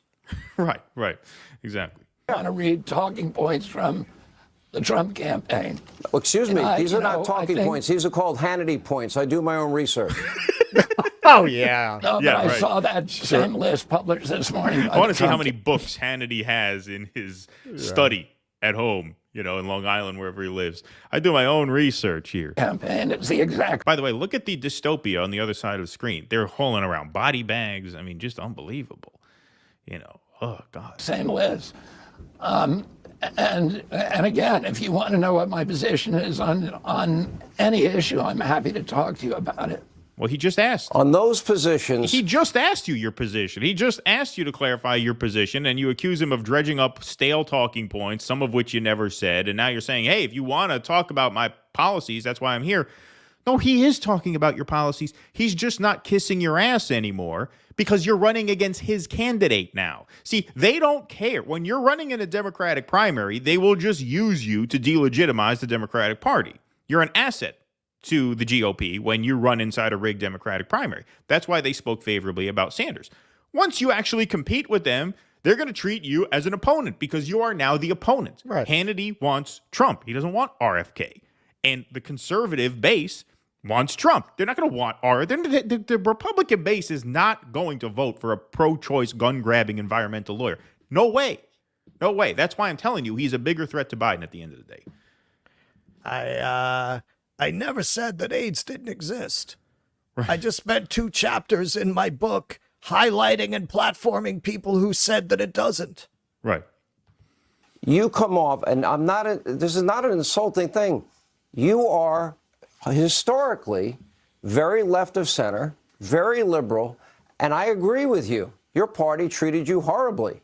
I think you deserve better. I don't like the way your own family even treated you. I thought, if they don't agree with you, they can disagree. But I didn't like what they said about you. To be honest, I think you're being honest in your positions, but I don't think you can convince any conservative that you have any conservative leanings except for a couple of issues. Maybe some conservatives would agree on the border. Maybe some would agree on your vaccine policy, especially with COVID. Where else would you say you're conservative? Well, I wouldn't describe myself at this point as part of the conservative ideology or the Democratic ideology. I would describe myself as part of the common sense ideology. If you ask me, Sean, about any particular issue, I'm happy to tell you what I feel about it. And I also am happy. So tell him what you feel about it. He just raised a handful of issues. You just don't want to disagree with him. You don't want to have an argument because you don't want to alienate the viewers. You don't want to burn the Fox audience. Right. Instead, you're going to cry foul that he's somehow being unprofessional in doing this, as if it's some kind of ambush. It's not. This is what he does. Look, the moment I turned on him was when I read those AIDS chapters. Because he sets it up by saying, I believe that AIDS is real. And then he spends 2 chapters explaining why it isn't. I said, this guy's a fucking scumbag. He made sure to say that so that if anybody ever brings it up, he could say, no, I said right in my book that I believe. Meanwhile, you clearly so if that's what you believe, why are these chapters in the book? Why would you spend literally 2 chapters highlighting arguments that it does not? That's how he is. That's who he is. We're almost done. We're not going to watch this whole thing. We got a few more seconds here, though. Listen to other people's opinions about it. All right, I'll ask you. Do you still, see, he's trying to ask him. Do you still believe the NRA is a terror group? I support the Second Amendment like I do all the amendments to the Constitution, and I'm not going to take I didn't ask you if you support the Second Amendment. You called in 2018, you said Parkland students are right. The NRA is a terror group. Do you believe that?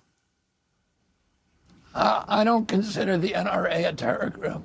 Okay, so did you believe it then? You got a straight answer out of him. Right, but then why'd you say it at the time? I'm sure he does believe the NRA is a terror group. Most liberals do. I'm sure he does. I'm sure he does. This is probably why the Libertarians were a non-starter, because obviously you can't say that if you're running for the Libertarian nomination. So yeah, I mean, when he finally got a chance to explain his position, he just kind of awkwardly sat there and said, well, no, he disavowed his former position so as not to alienate the Fox audience. But if you notice, he filibustered for as long as he could before having to answer. He would have liked to have just wiggled out of that by somehow accusing Sean Hannity of ambushing him so that he can run away without having to actually take the kinds of positions that would alienate Hannity's viewers. But that's inevitable. That's inevitable, man. You know, the RFK, come on, you've been around. This is what right-wing media will go after you. I mean, they will go after people who threaten the Republican Party. That's what Fox is going to do to him now. The days where, you know, they sit him down for a town hall and ask him about Ukraine and ask him about COVID and ask him about the border, where they paint him as this sympathetic figure. The only reason they did that in the past is because that helped undermine Joe Biden. But now you're an independent. So now it's you against Biden, against Trump. If they're for Trump, they're not for you anymore. That's it. Right. Now he's fair game.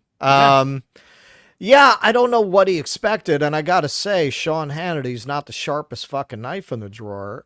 He handled himself pretty well there. Yeah. Well, that's the thing. That's how you know RFK just came in unprepared. And that's what I mean. I mean, the guy's just, come on.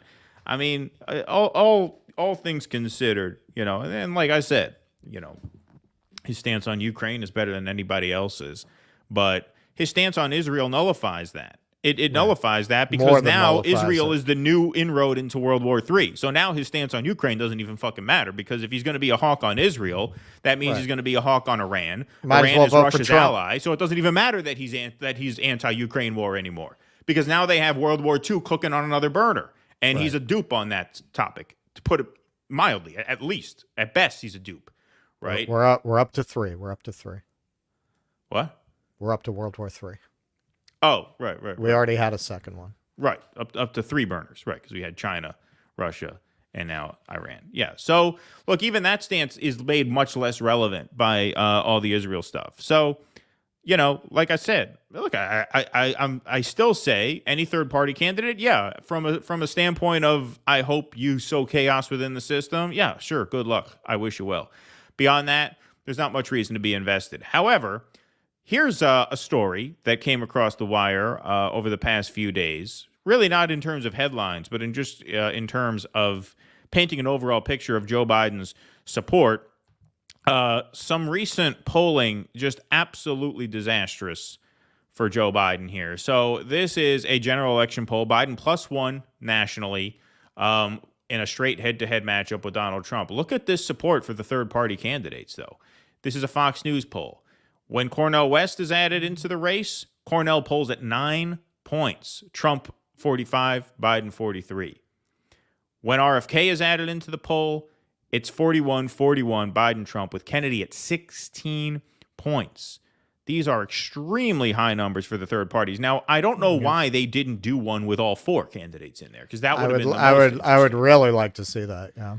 That would be interesting, but only theoretical, because I don't think Cornel West is going to be on that many ballots. So, you know, that number the last one is probably the most fair and the most realistic to what's actually going to happen. And, you know, to be fair, at least in that poll, the numbers suggest he did kind of poll equally from both of them. But the kind of thing that Hannity is going after hasn't really circulated. It hasn't really started. No. You know, once he really makes the rounds, I think you're right. But I think at this moment, he might be pulling kind of equally from both. Yeah, indeed. The state polls are where it gets really devastating for Biden here. Ohio, which is really a state that the Democrats have more or less forfeited. is Trump plus 12. So Ohio is not a swing state anymore. That's a red state now. Pennsylvania plus 9 Trump. That's devastating. Yeah. This is an Emerson poll. This is a reputable poll. This is not HillarySucksballs.biz putting out this poll. Right. Okay, this is Emerson. Pennsylvania plus 9. I mean, if that number is anywhere near accurate, it's over at that point. Right. I mean, if Trump's winning Pennsylvania by 9, there's that's the one thing. Yeah, there's the one thing Cenk is right about. Like, I think Biden is I mean, Nick was right. Like, don't underestimate the ability of the Republicans to fuck it up. It's true. But God, man, I mean, things are just more chaotic day by day. It doesn't mean that Trump is, or whoever runs for the Republicans is the answer. But when people are feeling that way, they'll almost always vote out the party in power. And look at who's representing that party. It's not like you have somebody with skills. Right. No, the only chance they have now is to swap Biden out. They have to swap Biden out at this point if they want a chance to win. Wisconsin, Trump plus 2. Here's a poll out of, there we go. Out of Michigan, Trump plus 7 in Michigan. I mean, that's another game over state. I mean, really, Pennsylvania, Georgia, Arizona is the election. Whoever wins 2 out of those 3 wins. And the Republicans are positioned where they probably don't need 2 out of 3. They could probably do it with just Pennsylvania, given how some of the other map is shaking out. Right. Because Pennsylvania is by far the most important swing state in the country. Trump plus 9. Michigan, easier for the Democrats, but obviously not much according to this poll. Trump plus 7. I mean, when Trump is doubling the margin of error in these critical swing states, that is a 5 alarm fire. I mean, that is when it's time for the Democrats to seriously panic. Biden's recent approval, 39. It's hard for an incumbent to win under 50. Under 40, it's almost impossible, especially when the disapprove is that high, over 50%. Right. You don't have a lot of undecideds here. I mean, that's an absolutely devastating approval rating. And look, as Tucker Carlson said, you don't know what's going to happen between now and then, but as the world just falls apart, it becomes more and more evident that this administration, even drinking the blue pill Kool-Aid, right? Even if you don't, really look under the hood and do deep dives into the issues the way we try our best to do here. Even if you're a normie, you look at the world and you say, this guy can't handle it. This guy can't do it. This is a disaster. The world is coming apart. We need a change. It's that simple. Like the calculation is that simple for a plurality of voters. Most voters do not watch programs like this. They don't read newspapers every day. Most voters take a general sort of look around and see if the world around them is working or not. And with all this going on, there's no way. It just seems impossible. And those swing state numbers are absolutely devastating. Because now, that first poll was an outlier. You can call it an outlier. The WAPO poll that came out a couple weeks ago that everybody was freaking out where Trump was up 9 nationally.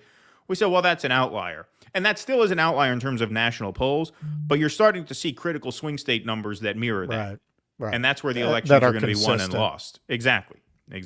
So that's just absolutely devastating. Well, and I think also more people have started to view this constant escalation of warfare through the lens of a government beholden to the military-industrial complex.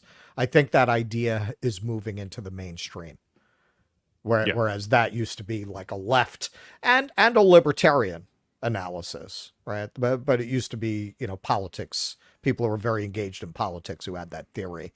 And I think that's moved to the center, really. I think a lot of people understand what's going on that way. And I think that's an unexamined element of these numbers. I think a lot of people are starting to say, these motherfuckers are so in the pocket of the defense contractors, they're going to get us all killed. Yeah, I think so. Cool Blue, thanks for the $4.99. Next year marks 40 years since the death of Andy Kaufman. Paying tribute to the late comedic genius via his 2024 presidential run is Jenk Uygur. Yes. Andy Kaufman would appreciate that if he were alive today. Thank you, Cool Blue. Now that you mentioned that, we got to do something next year for him. I'm a big fan. Oh, huge fan of Andy Kaufman. DC, thanks for the $2. Dr. Shiva, also an ineligible grifter fake campaign. Yeah, he's the other. He was the guy who pioneered this whole thing, at least in this cycle, saying I'm running even though I'm not allowed to serve. Shino Billy, thank you for the $5. Anna's Jeans for President 2024 with Jimmy Dore, VP. Beautiful. Okay. We'll take one more. And then I'm going to take the rest of the Super Chats after our next segment since Russell has it hard out at 11:15. But don't worry, I will get to all of them. Tom, thanks for the $4.99. Did you guys see Robbie Suave curse out Brianna Joy Gray on Rising because she had the gall to empathize with Palestinians being slaughtered? I did not. Like I said, I did not very behind on my indie media diet. I've just been I've been on Twitter as much as possible, getting as much information, not just from Twitter, but from the news story links there. I've been trying to just stay as up to date on the Israel-Palestine stuff as possible, which, by the way, I'll just re-emphasize our two announcements. Russ and I are going to be on the Jimmy Dore Show tonight with Pasta Jardula at 5:40 p.m. That's when they told us to sign on, so we'll be in the neighborhood of 5:40 p.m. And Sunday night, we're going to do some big Israel-Palestine segments on Rumble exclusively so that we can talk about what's really going on without fear of bullshit. So that's going to be on Sunday night. We will start the show on YouTube and Rumble, and then about halfway through the stream, we will switch over.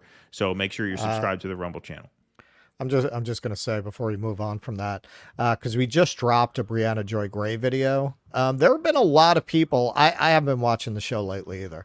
A lot of people in the comments were claiming that things have been getting tense between them on that show. This is an issue that brings it out, man. With each other. Yeah. No, in general. No, I know, but I'm saying this is an issue that'll really take it to 11. Like if it was already simmering. Yeah. Then yeah. Of course. Yeah, no doubt about it. No doubt about it. All right, folks, this is our final segment of the day. Russ has to leave in about 25 minutes, but I will be taking Super Chats afterwards, so don't worry. You can still submit them. I will get to all of them. We should, got a half hour. Yeah, we have some time. I don't think this will take a half hour. But let's see how it goes. So these are a couple videos from the BBC with a guest, Hussam Zumlot, who is the Palestinian ambassador to the UK. And one of these videos already went kind of semi-viral. It really made the rounds when he was asked to condemn the surprise Israel terror attack. And he gave an answer that we're going to play here. Then we're going to play another clip. So there's one of these that kind of went viral. The other one hasn't. But let's take a look at both of these in order, and we will give our commentary. So here's Hussam Zumlot on the BBC. You just condemned Israel for killing civilians, and you won't condemn Hamas for killing civilians. How many times you have interviewed Israeli officials, Louise? Hundreds of times. Hundreds of times. How many times Israel have committed war crimes right live on your own cameras? Do you start by asking them to condemn themselves? Have you? You don't. You don't. No, I'll answer that question. You don't. You know why I refuse to answer this question? Because I refuse the premise of it. Because at the very heart of it is misrepresentation of the whole thing. Because it's the Palestinians that are always expected to condemn themselves. I mean, come on, this is a political conflict. We have been denied our rights for a long time. So this is the wrong starting point. The right starting point is to focus on the root causes, is to try and get out of this extreme dark tunnel, as opposed to this business by BBC and the mainstream media for 75 years. You bring us here whenever there are Israelis who are killed. Did you bring me here when many Palestinians in the West Bank, more than 200 over the last few months? Do you invite me when there is such Israeli provocations in Jerusalem and elsewhere? Because what Israelis have seen, which we started. Okay, I just want to stop there because, I mean, he's obviously making a ton of sense. I almost wish he stopped there and let the guy answer. When he said, did you invite me here when Israelis killed my people? Did you invite me here to talk about that, to talk about my legitimate grievances against the Israeli state? Did you bring me on to condemn Israel for doing that? I would love to see what that guy said. Because it's a pattern on these interviews. He would RFK that shit. Well, he would. Well, he would. But I would let him do that because it's a pattern on these interviews. Now when you watch these interviews, when people start talking about the offenses that Israel has committed against Gaza and the West Bank, Oftentimes, the interviewer will simply just try and steamroll them or move it along. Yes, we understand that, but, right? I would love for him to have just pause there. Hey, why do you only bring me on when it's time for me to condemn my people? Why don't you bring me on to talk about the issues facing my people, such as systemic oppression, and in this case, slaughter of my people at the hands of the Israeli state? Well, this is something I've been bringing up with people who want to put the emphasis onto the Israeli side of this, and people who have been killed in this, what I would call a prison break. Yeah, no, that's terrible. I mourn for any loss of life. But let me ask you something. Why haven't I ever heard you bring this up in regards to the Palestinians? Because this kind of shit happens to them all the time. I've never heard you mention that. Exactly. Like if you were talking about that all this time, and then you said, then you'd have credibility.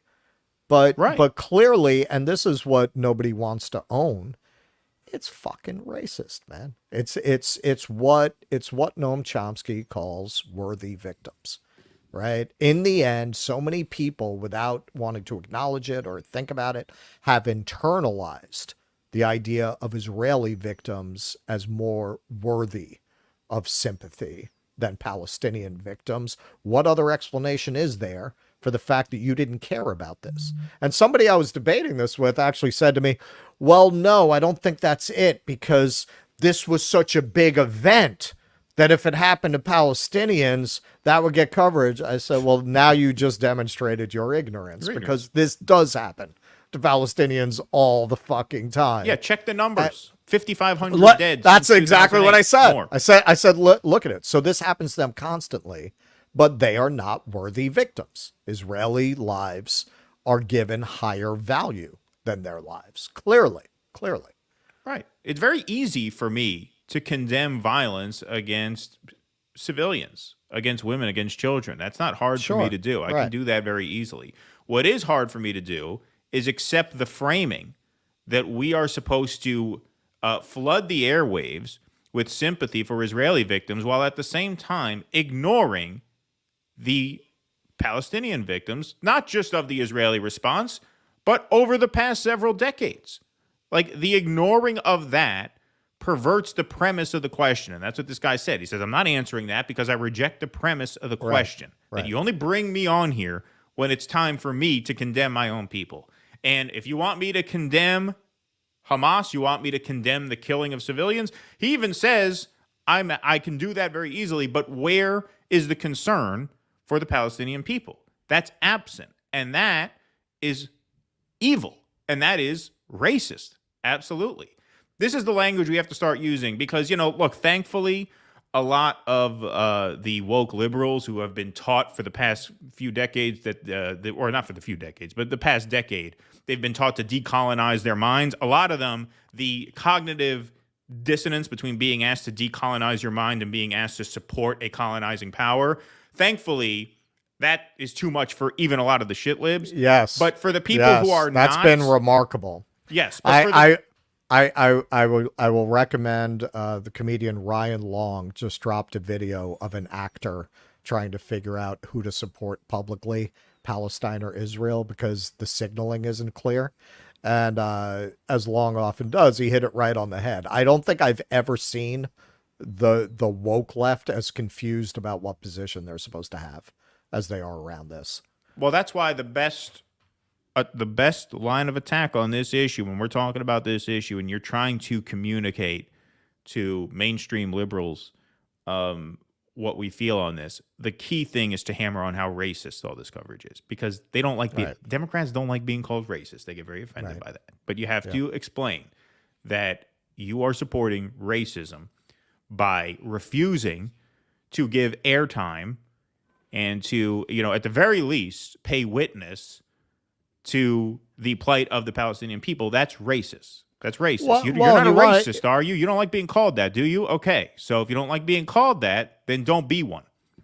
And the inherent racism, I mean, the few Zionists I'm seeing who are willing to full-throatedly go back to the old playbook, The Israelis are victims. They're highly moral. They don't want to hurt anybody. They're being placed in this position by being attacked. What else are they supposed to do? All shit I've heard my entire life from people like that, but it's wearing thin now, as you point out. Their argument is inherently racist, and it really falls back on, look at what these people do. Look at what they're like, right? They're animals, which we literally have people on video from when I covered the rally saying that. So I saw somebody claiming Israel is trying to evacuate the people and Hamas is telling them to stay. They don't care about the Palestinian civilians. We do. I mean, it's just amazing. And the underlying theme there, which, I mean, usually they're not going to say the soft part out loud, is that they're ignorant, backward, violent people. And Israel's been put in an impossible situation where they have to try to manage people who are essentially savages. Yeah. Though I was reading a Washington Post article this morning. I'm pretty sure this is where I saw that. Like I said, I've been reading so much, I might be mixing up the sources, so forgive me if that's the case. But they were talking about the estimated death toll in Gaza due to the Israeli retaliation is 1,500, and they estimate 500 of those are children. So you're going to tell me that Israel is being careful not to harm civilians when a third of the victims of their retaliation are children? Right. Children? Most of the adults they're targeting are not combatants. Most of the adults are not combatants, right? But children? 33%. Well, the entire tactic is a war crime. I mean, you're not allowed to lay siege to a civilian population. Right. And they actually issued the statement, they're going to keep the fuel and the water and the electricity cut off until they get back the hostages. And said, don't tell us about the morality of our actions. Right. Yep. All right, let's let this finish. By saying tragic. The last 48 hours. The Palestinians see every day for the last 50 years. The last 48 hours. The Palestinians... Sorry, I just want to back this up for a second, just to get the context back. Do you invite me when there is such Israeli provocations in Jerusalem and elsewhere? Because what Israelis have seen, which we started by saying tragic, the last 48 hours. The Palestinians see every day for the last 50 years. You know the situation in Gaza. You've just described it. This is the biggest open-air prison. Those people, 2 million, have been taken hostage by Israel for the last 16 years. So I'm saying this just to say, Louise, perhaps this is about time we abandon this rhetoric, very dangerous, this framework, and we start giving people the real ugly truth sometimes. Indeed. Now, that was on October 9th, so that was a few days ago by now, and that one really made the rounds online. There's another clip that Zomlot posted to his Twitter from another BBC show, which I assume was taped on the 11th, because that's when he posted it. I assume he would have posted it the same night or maybe the night after. But here is him talking about his personal loss as a result of the Israeli retaliation. He has now lost with incredible members. Poise, by the way. Incredible poise, absolutely. So let's hear this now. They're dead in... There's more than 800 dead in Gaza, including members of your own extended family. Do you know what happened to them? They were just sitting at their home and they were simply bombarded. Their entire building was brought down. My cousin, Aya, her 2 children, her husband, her mother-in-law, and 2 other relatives died immediately, were killed instantly. And 2 of her youngest children, a twin, 2 years old, are now in intensive care. This is truly heartbreaking. And the issue here, Kirsty, is that they have no bunkers, they have no Iron Dome, they have nowhere to go. They are simply sitting ducks for the Israeli war machine. I'm sorry for your own personal loss. I mean, I'm sorry for your own personal loss, as if they died of food poisoning. They were murdered by the Israeli state. I'm sorry for your own personal loss. And then watch how quickly she pivots. To go, they are simply sitting ducks for the Israeli war machine. I'm sorry for your own personal loss. I mean, can I just be clear, though? You cannot condone the killing of civilians in Israel, can you? It's unbelievable. Unbelievable. This is why we say, I mean, not only is it just on its face racist, but this is why I said in the story we did about this the other day, this is what it must be like. Like I said, I can only guess, all right? Pasty white boy that I am.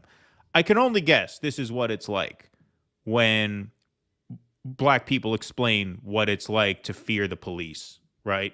Like when you're a black person and you're trying to explain to a white person what it's like to fear the cops, and they say, yeah, well, yeah, but you condemn the more radical elements of the BLM protesters, right? You don't think they should be out there destroying property, right? Yeah, no, I get, I know, yeah, you fear the cops, right? Got it. Now, what about, now I want you to condemn your people for going too far. Like, that's what it must feel like. Like I said, I can only guess, right? But that's what it must feel like. The guy fucking literally said, my family was just killed. Right. Yeah, sorry for your own personal loss. Like I said, as if they died of fucking cancer. Yeah, sorry for your loss. Now, back to what we were talking about. You condemn the death of Israeli civilians. Like, you don't give that statement any oxygen, any space to actually talk about what the fuck he just said. You just quickly dismiss it. Sorry for your loss and move on. Well, I mean, you're dealing with a callousness here that is just, it's unthinkable. And it's probably unthinkable to us because we're a couple of white guys sitting here. This is why I say, and the people who know this show know we do not reduce. What's that? I'm an octoroon. Oh yeah, yeah. We do not reduce matters to race very often, but this is a situation where that's what jumps out at me. That's what jumps out at me. How impossible it is to communicate basic ideas about the basic humanity of people. It's impossible to communicate that to these people because they are either racist themselves or they are just so embedded within a racist system that they don't realize how they're coming across. Well, that's it. And that's why very often on the show, we've been critical of people like Kendi or Robin DeAngelo. And I've always tried to make it clear when we talk about that. It's not that I don't think there's anything to the core concepts that they're exploiting. My issue is that they're exploiting them. They're not communicating them. It's not that I don't think there's systemic racism. Clearly, look at this woman. She's like a fucking character out of the Hunger Games here. Right. Well, you do agree that District 13 was wrong to rebel, don't you? I mean, of course. I mean, look at this. Would they ever, as he pointed out, would they ever sit there and grill an Israeli official this way? Well, you do condemn the killing of Palestinian civilians. They would. I have never in my life seen them ask a question like that of any Israeli official. It's all on that side. Nobody is going to condone that, but it's a very one-sided framing of it, and it is based on Chomsky's worthy and unworthy victims. That's what this is all about. We're all supposed to be extremely exercised only about the Israeli victims of the conflict, basically exclusively, whereas the Palestinians, if they're mentioned at all, it's as an abstraction. Exactly. And now watch his answer. Watch how poised he stays. I'm sorry for your own personal loss. I mean, can I just be clear, though? You cannot condone the killing of civilians in Israel, can you? Nor the kidnapped families. No, we don't condone. And we are very clear, Kirsty. We reject any targeting or harming of civilians from all sides. Okay, so are you fucking happy? Like, what do you want? Like, they want extended monologues about regret for the Israeli victims. They don't, so is that the only thing that can make you happy? Is just monologuing your grief for the Israeli victims and just completely ignoring the Palestinian victims? Is that the only thing to make you happy? Apparently. Well, yeah. Apparently. Well, the guy gave you what you wanted right there. So right. Well, that's what the do you script. Want? That's been the script for decades. Exactly. So there you have it. Just incredible. Just incredible. So like I said, folks, we're going to be back on Sunday night doing more coverage of this. Look, if there's just not to end on such a sad and negative note, I got to say, in my lifetime, I have never seen the public reject that narrative as much as they're rejecting it right now. I've never seen it. Like, from what I'm seeing, the vast majority of sympathy is with the Palestinians. From what you're seeing, yeah, I mean, I don't know how reflective that is, but that's a good sign. That's a good sign, at least. I mean, if you look at the chatter, as we point out, because yes, they spent 10 years telling people to decolonize their mind without thinking through what the implications of that would be in a situation like this. Right. Exactly. So, folks, like I said, we're going to take some more super chats before we wrap here. So we have a little bit of time. But we will be back on Sunday night. We will be splitting the stream on Sunday night. So, folks, a lot of you guys took my advice and you signed up to our Substack last show. So please sign up to the Substack now. It's free, okay? If you don't want to, if you can't afford to be a paid subscriber, that's fine. Just sign up for free. And that gives you the newsletter, which is when and where we're going to be live next, because they just have been on an absolute tear in terms of censorship around these issues. We're going to talk more about that censorship. On Sunday, France arrested pro-Palestinian protesters for no other reason than they were saying free Palestine, Germany too. And so it's just getting really horrible. And so we need you to stay in touch with us on anti-censorship platforms like Substack and Rumble. So join our Substack, please. Join our Rumble channel, please. Doesn't mean you can't watch on YouTube anymore. We want people to watch wherever they want to watch. That's fine. But at least go over there and follow us so that you can find us, because we will be doing most of Sunday's show as a Rumble exclusive, and you don't want to miss that. So make sure you just go over there and follow us now so you will get there when that happens. Let's take some more super chats. Russell, if you got to cut out, just let me know. It doesn't matter. I can take the super chats for as long as we need to. Sorry, this one we already had, right? Yeah, this one I already took. Left Less, thank you for the $5. Few reasons why they don't want debates, because Republicans are saying almost exact as Democrats. They sound almost identical. Well, you're certainly correct about the immigration issue, and for the most part about Ukraine. I mean, there's a few dissenters on the Ukraine issue in the Republican Party. But like I said, this Israel-Palestine issue really renders that moot, because if Iran gets involved, then that's World War III anyway.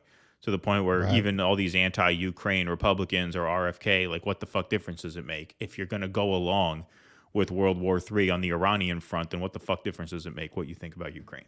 Like, if you're not consistent on that, it really doesn't matter at this point. Well, my theory is that the surrounding countries are going to get involved. Well, that's what this is going to go 1973. Well, but that's World War III at this point, in all likelihood. Yeah. Yes, I'm predicting World War III. Yeah, indeed. So much for ending on a happy note. Del0373, thanks for the $4.99. Force the primary. I'm Jenk Uygur. Yeah, great plan he's got there. Virtuoso, I hear Jenk's new book is ranked #1 in insane ramblings. Yeah, he dominated that chart. Yeah, good one, Virtuoso. Virtuoso always brings the humor. Baza, thanks for the $5. Your standards are the problem, Jenk 2024. I keep trying to get rid of my standards, and they keep finding their way back home. Yeah, exactly. I wonder what RFK's slogan should be. I didn't say that. That should be his campaign slogan. I never said that. That would be a good one. I told you. We are Devo. We are Devo. We're being pressured to run. Oh, by the way, folks, I should have said this as part of the segment, but now I want to thank Anna Kasparian for her contribution to the Do Dissidents soundboard, because this was such a Hall of Fame quote that we had to pull What I want you to explain is the logic behind what you're doing. There you go. Welcome to the soundboard, Anna Kasparian. She wants that more than an Emmy. Yeah, right. It's a big day. It's a big day for her. My best thoughts are in the morning. My best thoughts are in the morning. Thank you, Boz. Appreciate that. DC, thank you. Independent candidates are unequal to third-party candidates. Well, yeah, I mean, in terms of ballot access, yeah, like for getting on the primary ballot, and I know you mean this in a broader sense, but this just reminded me of what Jenk said, was like, we got to start now because the Nevada deadline's in 3 days. Well, that means you missed it. Like, what the hell does that have to do with anything? You're not getting on the ballot in 3 fucking days. Right. This is purely a grift to sell books and try to recover some of their audience. Yeah. I really don't think it's about anything else. He's not lost. The other thing is they've also lost a lot of paid members between their, right wing, stances on like poverty and homelessness and backing Rick Caruso. And then, really sticking their thumb in the eye of a lot of their base on the trans issue did not help their membership. I'm sure they lost a lot of like paid subscribers. So, now they kind of launch a presidential campaign and get donations through there too. You know what I mean? Right. I mean, this is what he claims. Who knows? But if there really are 1,000 people that gave him money, these are the dumbest sons of bitches in America. Yeah, I mean, how could you donate to that campaign? Indeed. It's me. I'm here. Thanks for the $5. Stop slandering decolonization, please. Not slandering decolonization. It actually matters to some working class colonized peoples. It's not just addressing for elitists. No, we talked about decolonize your mind. We were talking about the postmodern lingo, right? A lot of the academic posturing around the issue. I mean, quite the opposite if you watched our coverage today. Right. Yeah, indeed. We're talking about the rhetoric, because that's a big thing now. Decolonize your mind, which is basically see politics through this very identitarian-based perspective that's taught at academia. And they do that very often as a stand-in for actually teaching radical left class-based politics. Exactly. Or the politics of actual colonization, because now a lot of the people, like Harvard, for example, that postmodern lingo is very popular at Harvard. And so the students took that to heart, and now that there's a conflict between colonizers and the colonized, the students took the side of the colonized, and Harvard was like, oh, shit, they actually believed what we were telling them? We didn't mean that for real. We meant your mind. You're supposed to decolonize your mind, not decolonize the world.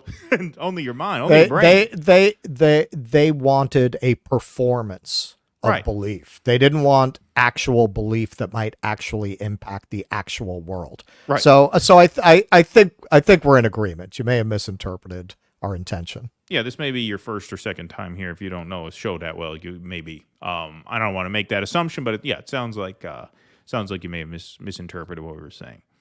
Thanks for the donation, though, and thanks for the comment. And Auntie Ann, thanks for the $5. If we remind ourselves how Israel proponents dehumanize Palestinians as animals, it makes sense. Yeah, well, I mean, and that's the side of it that just no one ever wants to give any oxygen to. Kuznetsky Bassane, thanks for the $4.99. Appreciate that very much. Pat Donahue, bookending the show with a super chat at the end. To the Brits, Palestinians are not human. They used to portray the Irish as ape-like creatures in caricatures in the past. Yep, they've previous for this. In fact, thank you for that. Keir Starmer recently gave the quote, which we probably should have covered today since this is supposed to be our Euro show. But he said that, he thinks Israel has the right to turn off the water and the power. Wow. Yeah. Which objectively they do not. That is a violation of international law. Even AOC came out and said that last night. In regards to what you're talking about, in the States here, one of the most popular cartoonists who used to draw those kinds of ape-like caricatures of Irish was a guy named Thomas Nast. He was a cartoonist for, I think, The New Yorker, actually. And if anyone's curious, because I think a lot of people don't know that. A lot of people who today are considered white historically were not. And you can find very similar caricatures to what we usually associate with slurs against people of color directed against Irish, Italians, Jews and so on. Yeah. Alrighty, folks. That wraps us for this morning. We will be back on Sunday night at 7 p.m. Eastern. We will be doing half that show here on YouTube, half that show over on Rumble. So please do go subscribe to our Rumble channel, rumble.com/DoDissidents. Patreon.com/DoDissidents is the best way to support this show. That is what censor-proofs our operation. That is what keeps us going. So if you can swing $5 a month, or however much you would like to contribute, it really does help us keep going. Our patrons are the backbone of the show, and we try to make it worth your while for signing up. You get 2 bonus shows per month, a shout-out on the main show, credits here, and call-in access every Sunday. So our Q&A will be Sunday nights at the conclusion of the Sunday night show. The second half of that show will be a Rumble exclusive. So follow us wherever you can. Follow us on Twitter. You're not going to want to miss our tweet, which is probably coming out later tonight or tomorrow. Hopefully later this evening, we'll have that drop for you. So follow us on Twitter at DoDissidents. It's my masterpiece. It's Russell's masterpiece. Absolutely. Patreon, Substack, Rumble, and subscribe right here on YouTube if you haven't. Follow us over on Rumble if you haven't. Big crowd over on Rumble, 250 in the chat now. That's what we love to see. Thank you guys very much for being here this morning. We hope you have a good rest of the day. We'll see you on the Jimmy Dore Show tonight, 5:40 Eastern, with Craig Pasta Jardula. Thanks to Jimmy and thanks to Pasta and everybody over there for the invite. That'll be a lot of fun for us, and we hope it'll be a lot of fun for you guys. We hope you come see us there. Thank you guys very much. Until we see you all again, please be safe and be well. Oh, shit. Courage! Please clap.